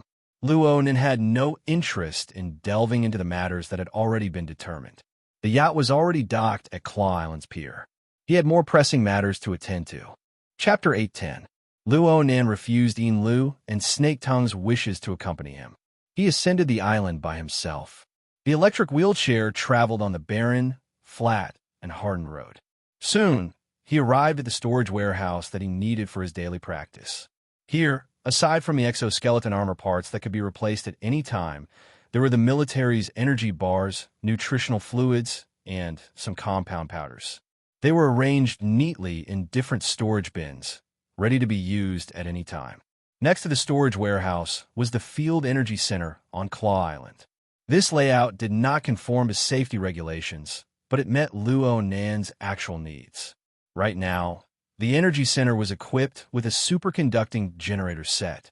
It operated tirelessly under the dual drive of wind and water. It provided an unending stream of electricity to the entire island base. It should be enough. Luo Nan compared the specific consumption of his previous practice and had a plan in mind. After all the prerequisites were met, he leaned against the back of the wheelchair and maintained a comfortable posture. He closed his eyes and cast his telepathic thoughts behind the layers of void barriers. The misty world, the misty maze, the tree hole space. Luo Nan's telepathic thoughts flowed unimpeded. He smoothly made contact with the information of the external neuron floating above the lens. The feedback information made Luo Nin spit out a turbid breath. He had been wondering whether or not the signal link between the external neuron and the corresponding flying ship would be a bit more stable after a round of intimate contact had been realized. Reality was cruel. The downloading process of the offline test question library had yet to end. The careful inspection of the interface information had even been interrupted for a considerable amount of time. And this phase was precisely when the backlash of the Abyss world erupted. It was very clear that the outer space flying ship and the Abyss world were not the same thing, even though they were close. The fluctuations of the Abyss world formed a clear interference with the signal transmission of the flying ship. From this perspective, Luo Nan's previous torment did not make up for his losses. He just gained an additional analytical train of thought in name, and it was the type of logic that was fragmented. Also, when Luo Nen recalled the scene of the flying ship in his half-dream and half-awake state, he could not help but be a bit worried. It seemed that the artificially created object was about to reach its limit, and it had been suspended in the zone of limits for a long time. How long could it persist? He was unable to guess. He could only think like this. If it stayed there for a dozen years, a few decades, then it shouldn't be hard to persist for a period of time, right? Luo Nen was destined to be unable to obtain an answer. He could only sigh and use his telepathic thoughts to turn the external neuron into a wisp of electricity. It penetrated the void barrier and returned to his brain. With the additional layers of space barriers, the signal link was disgracefully cut off. The download progress was interrupted, and it seemed to be rewound. Luo Nen had no choice. There was nothing he could do. Luo Nan adjusted his body with difficulty. The bathrobe on his body scraped against the armrest of his wheelchair, causing it to come off a bit, revealing his chest and abdomen. It was right between his chest and abdomen. It was hard to see with the naked eye, but if one touched it, one could feel a rather strange, deformed area. His skin was slightly protruding, and it did not have the feeling of his sternum and muscles. It was more like a tumor that had been embedded in it. This was the night-grade basic colonization biochemical reactor that had been implanted. In the past, the reaction furnace had only provided external cellular tissues for use in the electromagnetic muscle membrane structure. But at this moment, when Luo Nan's muscles and bones were hurting, a new and classic value was manifested. There was a light explosion. The simple electric discharge device installed at the corner of the warehouse blossomed with dazzling blue electric flames. It was as if it pierced through the air and went straight for Luo Nan. In fact, the external neuron had come into play at the right time. It became the most stable and efficient power transmission line. An unending stream of electricity was transmitted over. The electricity was transformed by an electromagnetic configuration to drive the operation of the biochemical reactor. Under the stimulation of energy, Luo Nan's multipotent stem cells, which had been sealed in the incubation chamber of the furnace for a long time, began to differentiate and proliferate. They quickly formed the various tissues and cells needed by Luo Nan's wounded body. At the same time, the biochemical reactor extended out countless tentacles. They touched every area of Luo Nan's wounded body at practically the same time. They followed the long-coupled rules of the body and soul framework of the body gear and the God gear to repair the subcutaneous tissues and various internal organs. In the end, they even directly reconstructed a main artery. Under the impact of the backlash, a nearly necrotic spinal nerve completely replaced the damaged nerve cells. The replacement waste was not wasted at all. It was directly absorbed into the biochemical reactor to be processed and reused. During this time, Luo Nan constantly extracted consumables from various storage boxes. He extracted various nutrients needed for the growth of human tissues from within. Actually, different elements required different processing and absorption methods. The formulas and processing techniques were all very particular. Unfortunately, there were no finished products on Earth. Luo Nan did not have the ability to perform fine processing for the time being. He could only make do with what he had. He did not care about wasting anything.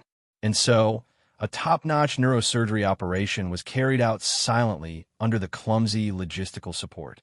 The entire process was complex and smooth. It was as if an experienced and highly skilled medical team or engineering team was stationed within Luo Nan's body.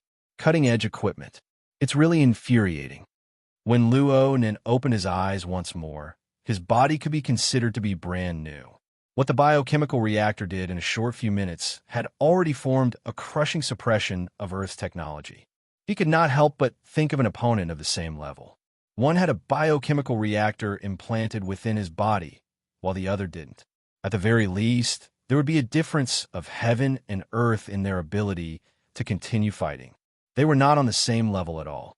Should I rejoice that the spaceship plunged into the abyss world and not someplace on Earth? Humph. There's also Li Wei. Of course, Luo Nan would not forget that this equipment was something he had snatched from Li Wei's tiger's mouth. There was an 80 to 90% chance that there would be similar equipment over there. But in any case, the established facts brought him more joy. There was no benefit in thinking too much. Luo Nan just needed to know that the biochemical reactor was very useful to him now, and it would be very useful in the future.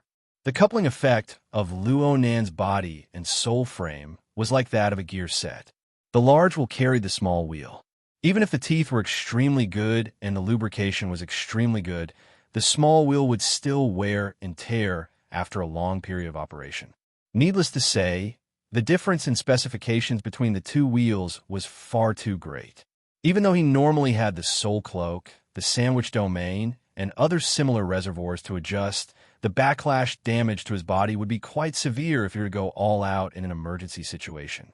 Now that he had the biochemical reactor, some of his internal injuries could be repaired in a timely manner. It would not accumulate over a long period of time and lead to unpredictable consequences. Luo Nan thought deeper. The body and soul frame he had constructed several months ago, based on the concept of coupling, still had areas that needed to be perfected. There was still room for adjustments. The dichotomy between the body and the spirit was too crude. Magnified to a broader system, the effect between the two was not as simple as the mutual interference between matter and consciousness. Instead, one had to consider the harmonious relationship between order and disorder, rules and chaos, controllable and uncontrollable. TSK. He had naturally entered into the frame of the abyss world. Luo Nan did not want to court death, so he stretched his back on the wheelchair. He was not in a hurry to get up. After all, the tissues of his body had just grown, especially the nerve cells that included his spinal nerve. He needed to continue working together. Right now, there were still some problems with his coordination. It was always better to be conservative and cautious. He used the wheelchair as a means of transportation. He patted the armrest, and a miniature motor silently drove him out of the warehouse. But he only advanced 2 or 3 meters before he lost all power. He could not respond. Oh my brain is screwed. Luo Nan had only cared about recovering from the injuries on his body. He had forgotten about the powerful electromagnetic field controlled by the electromagnetic configuration. It was directly harmful to electronic products. The precise spare parts in the warehouse were all protected by sealed anti-magnetic cases. He could ignore them. The electric wheelchair beneath his buttocks was in big trouble. The battery, wiring, and chip were a complete mess. Even if Luo Nan was a professional and had the external neuron in his hands, he would not be able to save it in a short time. In the end, it still needed to be driven by human power. Luo Nan curled his lips. He used the strength of his soul to add power to the wheelchair. The wheelchair under him started up once more, and he smoothly exited the warehouse, heading toward the dock. The wheelchair stopped once more after advancing 20 to 30 meters. This time, it was not a problem of power. Luo Nan stopped in the spacious and barren open space. He frowned. Old Kong breathed in small mouthfuls. His lips were trembling due to the excessive pressure. He choked on the rust-smelling blood and engine oil, blocking his throat and causing him to suffocate. Fortunately, the life support system switched over in time, entering a low-energy consumption state. His vision dimmed, and all the images switched to display data. Only the secret passageway under Claw Island was clear. He did not exert any force with his body. The fish skin wrapped around his body relied on its special structure to borrow the power of the water flow to gradually approach the target point. His consciousness grew more and more fuzzy. He was trapped in a rusty shell, and the driving force he should have lost rapidly. Without the amplification of the shelter, it was too strenuous for him to move the fish skin outside by relying on his own strength. But if he did not strictly follow the emergency handling regulations and reset his soul frequency band at regular intervals, he would have been a step ahead in escaping from the shelter. Perhaps he would have been caught in one fell swoop like the others. The enemy was breaking the soul frequency band faster and faster. The old-fashioned shelter had already become the root of disaster. It was completely exposed under the enemy's eyes. The problem was that, just like the predicament he was currently in, without the augmentation of sanctuary, they who lacked talent would lose even the most basic ability to resist. That demon clearly had a terrifying and overwhelming advantage, but he still infiltrated layer by layer, toying with them in the palm of his hand. How could there be such a person in this world? No, he did not belong to this world. Old Kang's consciousness grew more and more chaotic. Blood seeped out of his 5 senses, 7 orifices, and pores. He twitched like an electric shock. A serious disorder had already appeared between the original human system and the modified system. Their functions and structures began to intersect and reject each other. Perhaps he was going to die. He was definitely going to die, but he had yet to rise from the well. As an old miner, he still needed to dig a few more meters. It was not because of the cold mechanical supervisor, nor was it because of the high radiation rare mineral resources. It was all for the soul, for the complete soul. At the same time that his consciousness became clear, a parameter changed on the life support system interface. There was no other notification. The fish skin and Old Kang's inner layer were in full contact, and he felt a strong corrosive burning sensation. Chapter 8:11. The stickiness of the inner layer of the fish skin increased rapidly. At first, it only stuck to the flesh and blood of the wound. But soon, the inner layer of the fish skin, which was derived from the living tissues of the mutants, had a strong reaction with his body. The two fused further until it was difficult for them to interact. Old Kang seemed to have heard some kind of high-frequency roar that was full of bloody and violent emotions. Soon, he was also influenced by this emotion. In a trance, the distance between them was blurred. He almost thought that the high-frequency roar came from his mouth. After he got the fish skin equipment, there was a simple instruction manual that stated, "The current situation is that the aberrant features preserved in the fish skin have infiltrated into Old Kang's body tissues with a special technique and formed a temporary aberrant reaction. It's like injecting a wave of adrenaline into Old Kang's body and activating new strength. This strength was not for nothing. It was accompanied by a strong rejection reaction, but it was enough to support him through the rest of the journey, if nothing unexpected happened. Those people in the wilderness really know how to play tricks." Blood continued to gush out of his mouth, but Old Kang felt that his condition was a little better. At least he could use the superiority of a city man to ridicule those who he had never met before. Of course, he was still thinking about the key parameters on the life support system interface. Old Kang had never been to Claw Island before. In fact, among the 4 members of the liaison group who crossed the ocean to Band City, the one who had been to Claw Island had already been killed by the military. He could only stumble and fumble forward according to the route and way of passage stored in the chip.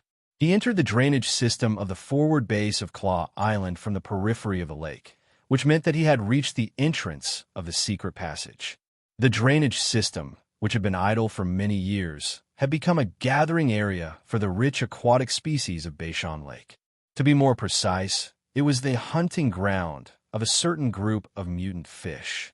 This was originally one of the cover of the secret passage. People who were familiar with the situation could use other methods to pass through, but Old Kang didn't have this concept. The aquatic species in the drainage system smelled the abnormal smell of blood.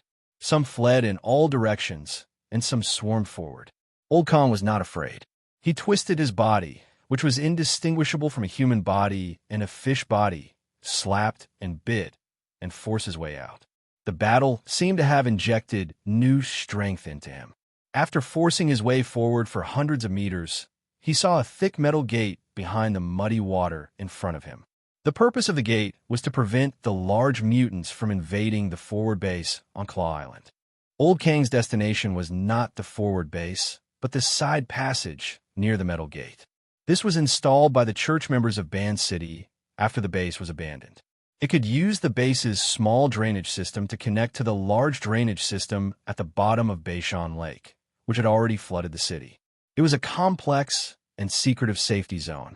Even ability users needed special diving equipment to stay there for long periods of time. Equipped with a fish skin, Old Kong could almost achieve half of his goal as long as he entered the tunnel.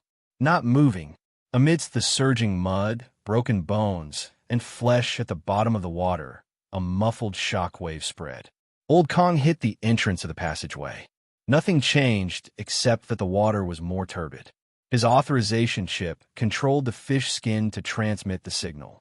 It had already connected with the gate of the pathway, but there was no further response. Even though Old Kong had knocked away all the mud and shells wrapped around it, it remained motionless, coldly lying in front of him. The electronic lock had failed. There seemed to be a spare mechanical lock, but the one who was familiar with this place was already dead. SH*T, SH*T, SH*T. Right now, the little bit of energy and consciousness that Old Kong had left was truly not enough to solve such a complicated problem. After continuous setbacks, and also under the continuous attacks of the surrounding aquatic species, the toxicity and rejection reaction of the mutated trait finally took effect. The muddle-headed instincts of a wild beast quickly suppressed the remnants of his consciousness. He cursed loudly, but it soon turned into inarticulate hissing. He was still fighting the school of mutated fish, occasionally releasing high-frequency sound waves. The fish skin had already deeply fused with him. At this moment, Old Kong was like a big fish that had swallowed poisonous bait, struggling at the bottom of the water. His consciousness became more and more hazy. In the end, there was only one thought left. Dig forward. Dig forward. No matter what, dig forward. He gradually stopped paying attention to the fish that were attacking and biting him. Again and again, he hit the entrance of the tunnel and the metal gate. In the muddy water, he kicked up mud after mud.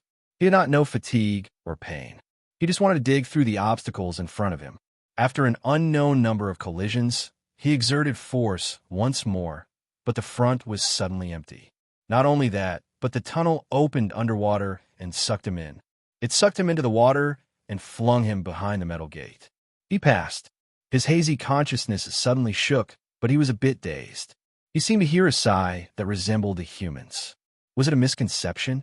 He quickly tossed it to the back of his mind. Even though he was a bit more clear-headed, he still let his habitual pure emotions take over. Dig. His life as a miner wasn't an experience worth reminiscing about, but he was able to survive. This was an achievement worth being proud of. He had to survive before completing the mission. Just like this, Old Kong entered the deeper layers of the waterway. He entered the ink-stained, pitch-black domain. "How dazzling," said Luonan, who had just returned to the dock. "Mister," Lu turned her head. She couldn't see any dazzling light source in the pitch-black night. Even the lights on the yacht were quite reserved. Of course, Luonan had always been like this. God knows what sort of wonderful scenery he saw that ordinary people couldn't imagine. Luonan didn't explain, nor did he get on the boat. He just opened up a virtual work area on the dock. He opened up a topographic map of Band City and its surrounding areas. His fingertips started from a location of Claw Island. He followed a special route and extended all the way to a certain point northwest of Beishan Lake. He asked Lu in Snake Tongue, "Where is this?" Lu recognized it with a glance. "Mister, this is the fair trade market where the Day Society's processing plant is located. It's also the location of the Band City Vagrant Exchange." "Then what about this place?" "Huh?" Lu was stumped. "What's wrong?" Lu couldn't help being astonished. "This is the Day Society's processing plant. Did something happen here?" Luonan raised his eyebrows and drew a circle around the surrounding area. "It shouldn't be a problem to get here in 2 hours, right?" Right now, Lu subconsciously looked at her wristwatch. It was currently 8:22 in the evening in Ban City. It would be almost midnight by the time they arrived at the fair trade market. She was puzzled, but she still quickly guaranteed, "There's no problem. Do we need to contact the Day Society to go to the processing plant?" Luo then finally considered the problem of the sky. "Isn't it a bit late? The nightlife of the people of Ban City is quite rich. It's very normal to socialize until midnight or to start socializing in the middle of the night. Plus, the current situation is special. Ao Ping Rong-san shouldn't refuse." Lu brought out the level of a secretary and quickly found a reasonable reason for her boss. As for how unreasonable the reason was, she wouldn't even consider it. As for offending Ao Ping Rong-san and the Day Society, this was completely meaningless. Luonan thought for a bit. "Let's go take a look at the processing plant.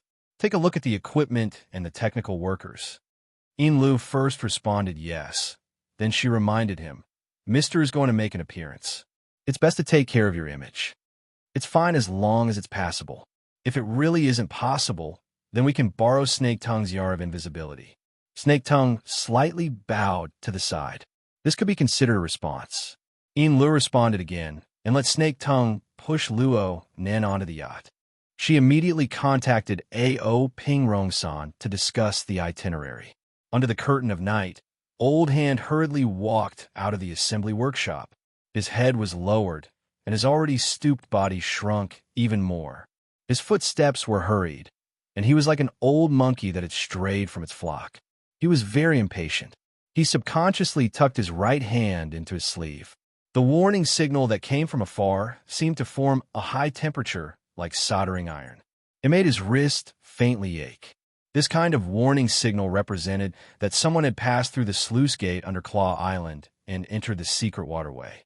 The sensors installed in the waterway were also continuously positioning themselves and giving warnings. It could be seen from the warning signal that the fish skin was indeed made by him. However, the damage was severe, and the person who came didn't strictly follow the operating procedures. All of this made Old Hand very uneasy. Master Show, the special agent is calling you." His apprentice rushed out from the workshop behind him and shouted, "Say I'm busy." "But where are you going?" A majestic figure wrapped in a suit blocked in front of him. Okira Rong-san happened to come to this side of the workshop and blocked the person. Old Hand's eyelids twitched. "Io, special agent, hello." Okira Rong-san didn't want to lower himself to his level. He simply said, "The bidder is here to inspect the situation. I need you and I to receive them together. They will arrive in 2 hours." Old Hand blurted out, "Which idiot is coming at this time?" Okira Rong-san glanced at him coldly. For most people, this scar-faced man who used to be the charge leader had a ghost-like murderous aura. However, Old Hand stared back without showing any weakness. An ugly face could be used as capital. He had seen mutant beasts that were 10 times uglier and 100 times stronger in the wilderness. Didn't they all survive? In this factory, Old Hand really wasn't afraid of anyone. He had skills, apprentices, and savings. At the very least, he was 75 years old. For the old man in the wilderness who was suffering from old injuries, it was enough. Could this bunch of Japanese eat him? In the end, Okira Rong-san didn't do anything to him. He patiently explained, "This customer is the most likely partner of the employee stock ownership plan you proposed. The other party needs to understand the factory's equipment, personnel, and technical situation. As the workshop supervisor, you're the most suitable person to receive them." Holding shares was to let a group of old brothers and little kids have a foundation to settle down. However, now that danger had suddenly arisen, he didn't have the mood to socialize. Old Hand stiffened his old face and replied stiffly, "My stomach hurts. I want to shit. The Labor Protection Department has gastrointestinal medicine. You have 20 minutes to solve it."